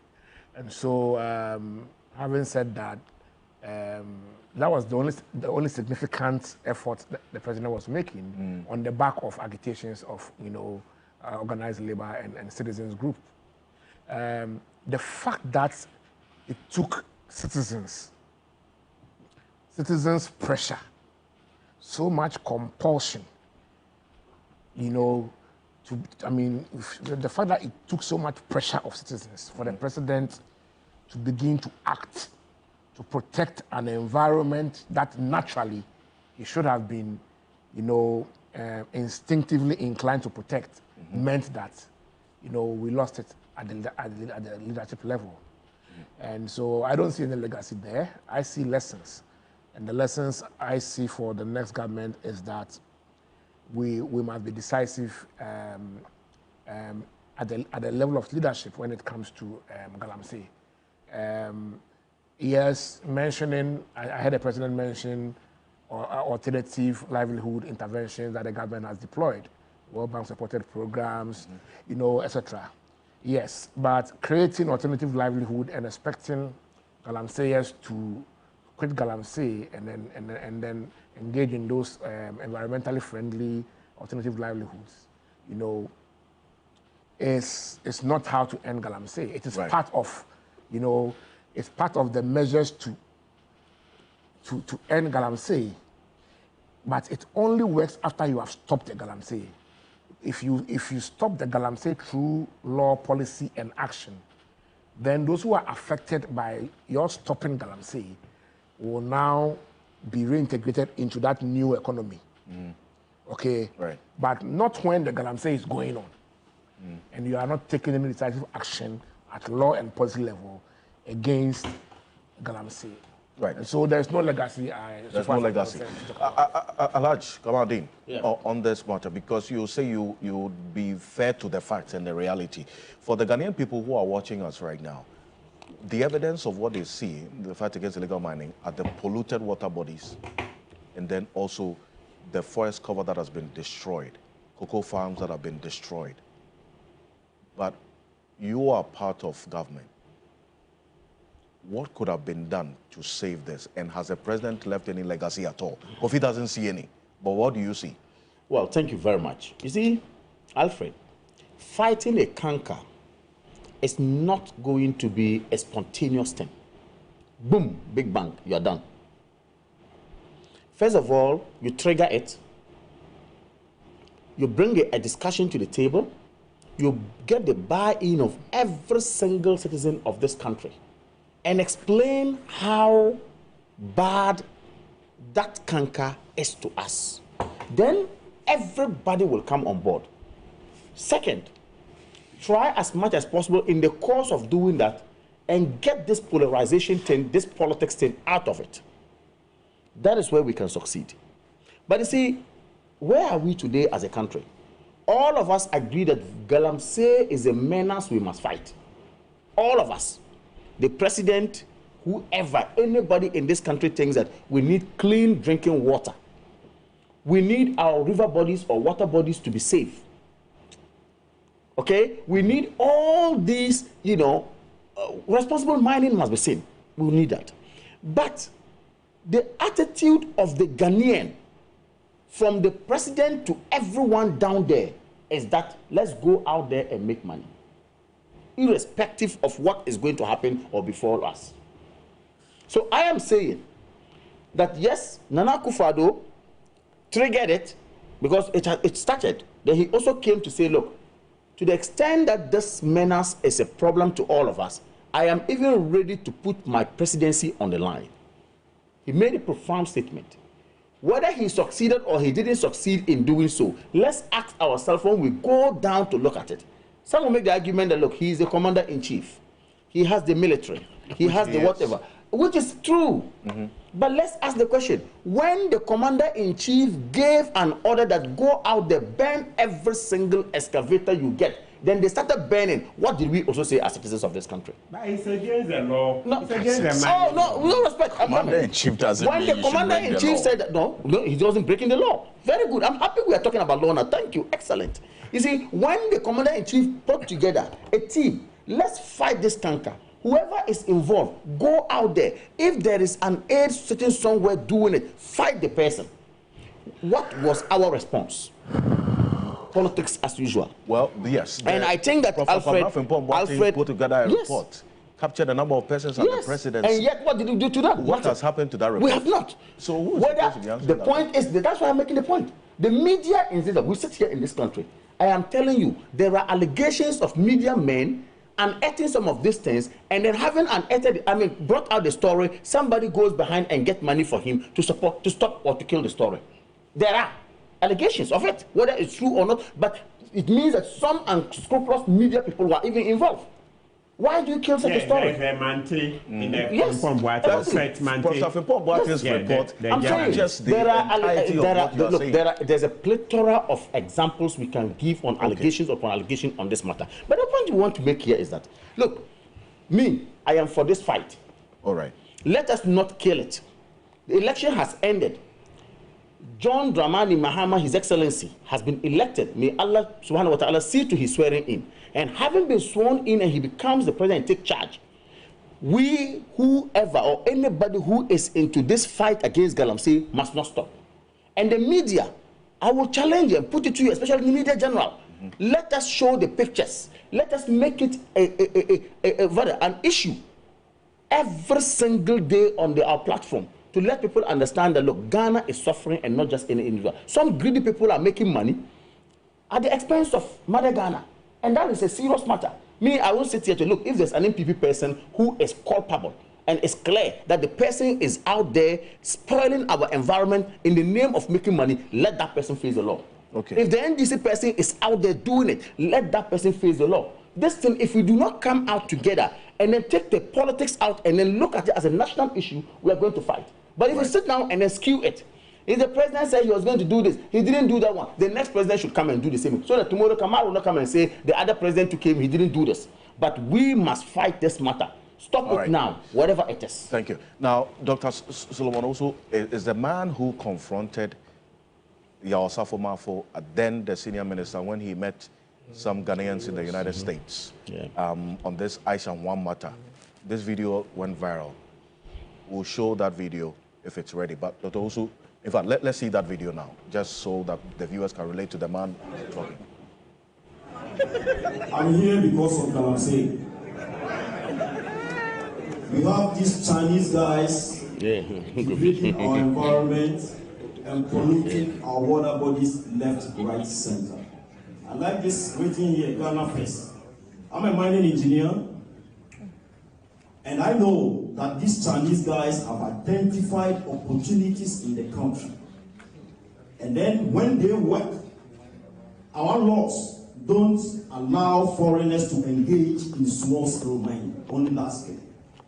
Why do we have Chinese guys mining under small-scale mining license and also degrading our environment, and when they are arrested, they just repatriate them without putting them to jail?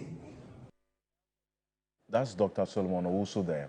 And this video went viral at the time because you put it direct to Yao Safo-Mafo. But the answer what's the legacy you see being left behind and what should be done going forward? Quick one. Oh, thank you very much. I think it's a failed legacy because the president put his presidency on the line to fight. So he was willing to do that? Well, I don't know whether he did that or not, but what I heard, you know, I'm not here, I'm up there, but I heard whatever he said. You know, the word fighting Galamsey to me was a non-starter. Why is that? Okay. He failed by using the word fighting Galamsey. My brother, you know, Ghanaians have categorized small-scale mining into three basic ways. We have the licensed small-scale mining, we have the illegal mining, and now they've added community mining.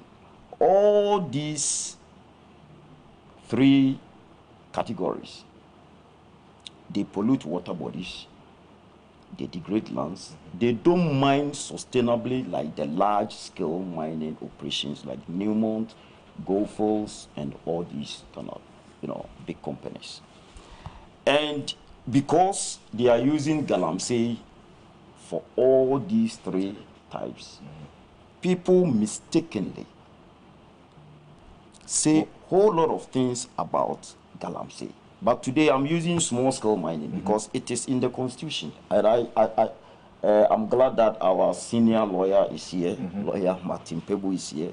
Let's go to the Mining and Mineral Act 2006, Act 703, Section 83.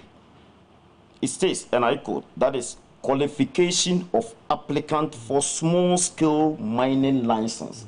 They issue the license. The government, through Minerals Commission, under the supervision of the minister, issue the mining license to these small-scale miners who degrade our environment.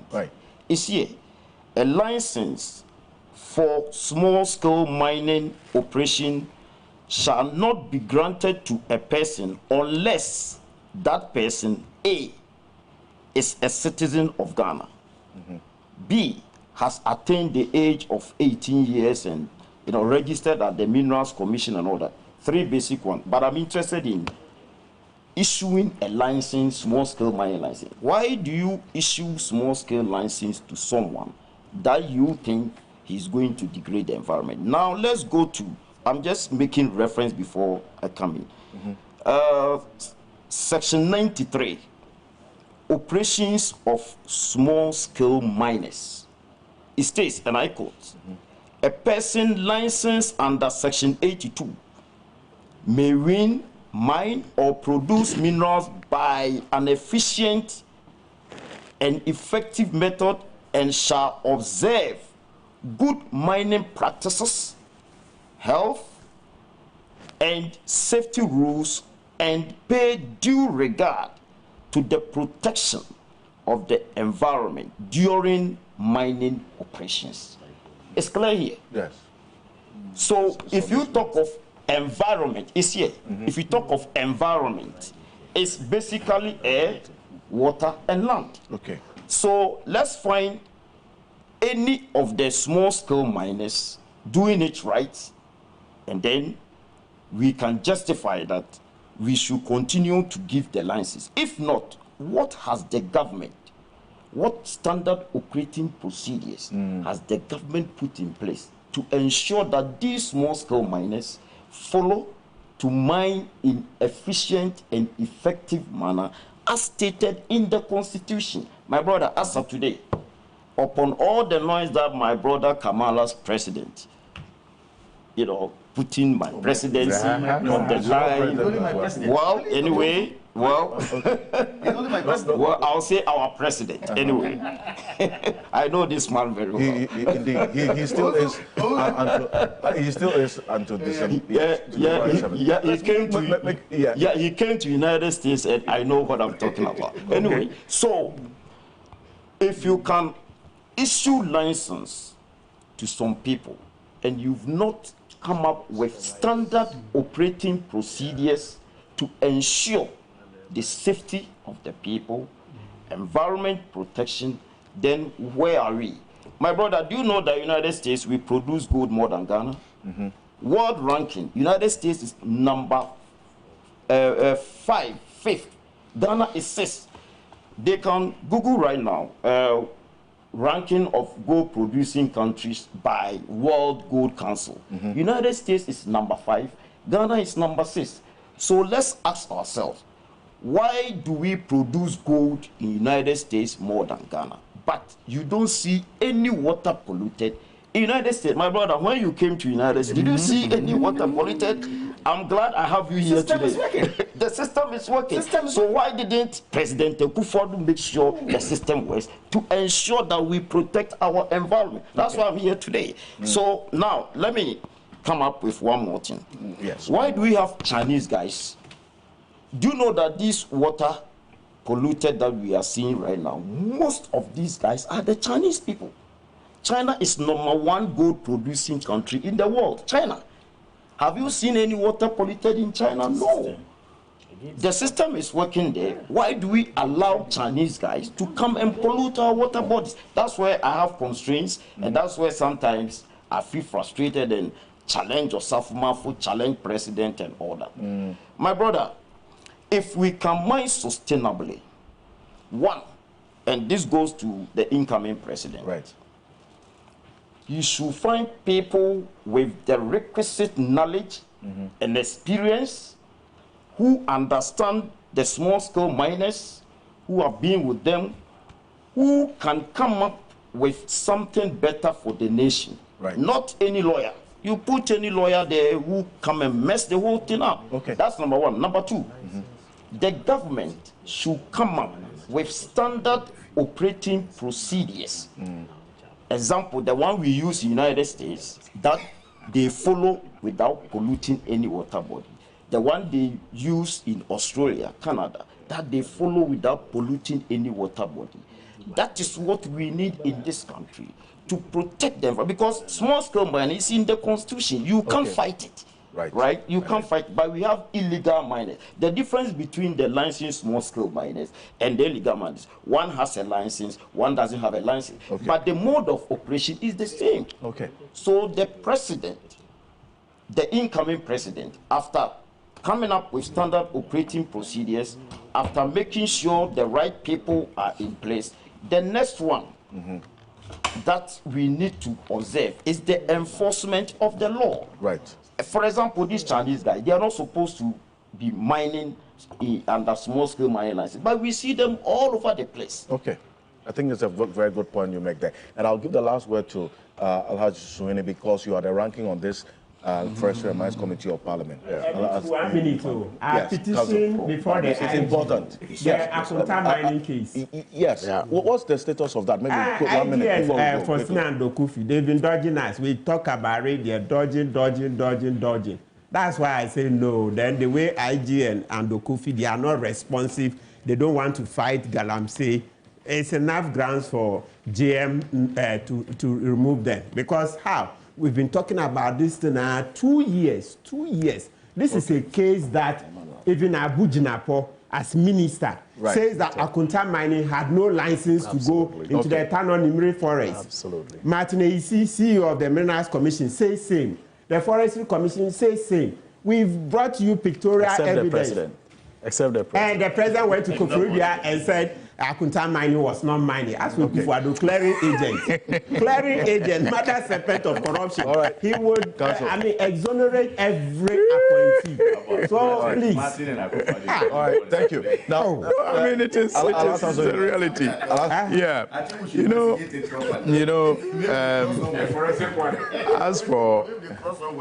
as for the legacy of Nana Akufo-Addo, especially when it comes to the issue of Galamsey, one can easily describe it as one of broken promises, a legacy of broken promises, a legacy of destruction. I mean, and once again, but maybe for his shamelessness, he shouldn't have spoken about Galamsey when he was addressing the nation yesterday. Why? I mean, this repeated lie. And see, it's important in life to be honest to yourself, even if you lie to everyone else. But there are some truths you should tell yourself because you know it to be true. And that is how you can perhaps plan and succeed in life. But if you deny certain truths about yourself, then you are bound to fail. This repeated lie that his party and his party didn't perform well in the 2020 general elections because of his fight against Galamsey has been discredited so many times by so many people. And yet, he continues to peddle that falsehood. And it is not just discredited by opinions, it's discredited by data. I mean, in some of these mining communities, he actually won. He actually did very well.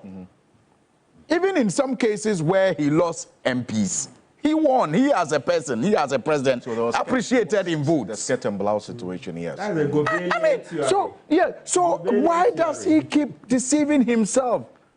Because we will not fall for that deception.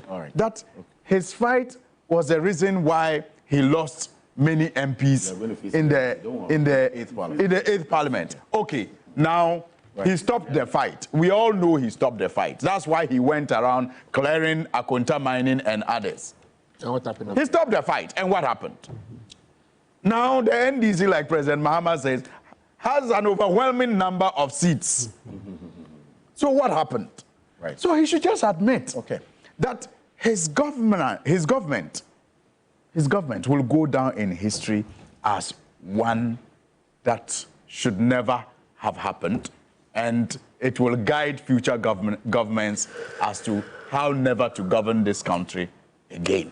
Alassane, thank you. A legacy of broken promises, a legacy of destruction of our environment. There are so many of you sent us messages on this, but there are some acknowledgements I need to also make because today is the first show for 2025. Let me say this morning that I am clothed by Kogra Clothing. A number of you who have been also commending this outfit. Kogra Clothing is the best version of you. You can locate them on the Spinters Road, 18 Junction, opposite the Allied Oil Filling Station, ground floor, same building as the Ghana Made store. Call them on this number. That is 0244-238-341. 0244 238 341. Just tell them that you saw it on Key Point. They will treat you well. Kogra Clothing is the best version of you. Choose right. The number is 0244 238 341. That's Kogra Clothing. And I would want to also say thank you to the viewers, all of you who have been with us all through the year 2024. We are starting the new year with you as well, and we promise you nothing but the best of a conversation that reflects your reality. And also to say thank you to the team who have been with us every step of the way throughout the year 2024. You'll see me, but I have lots of people behind. Leslie Kujo, who's with the lighting department, Kennedy Tete, Richard Kofi Asare, sound, Samuel Ametepe, Adam, also sound man, Albert Enum, who's a switcher here,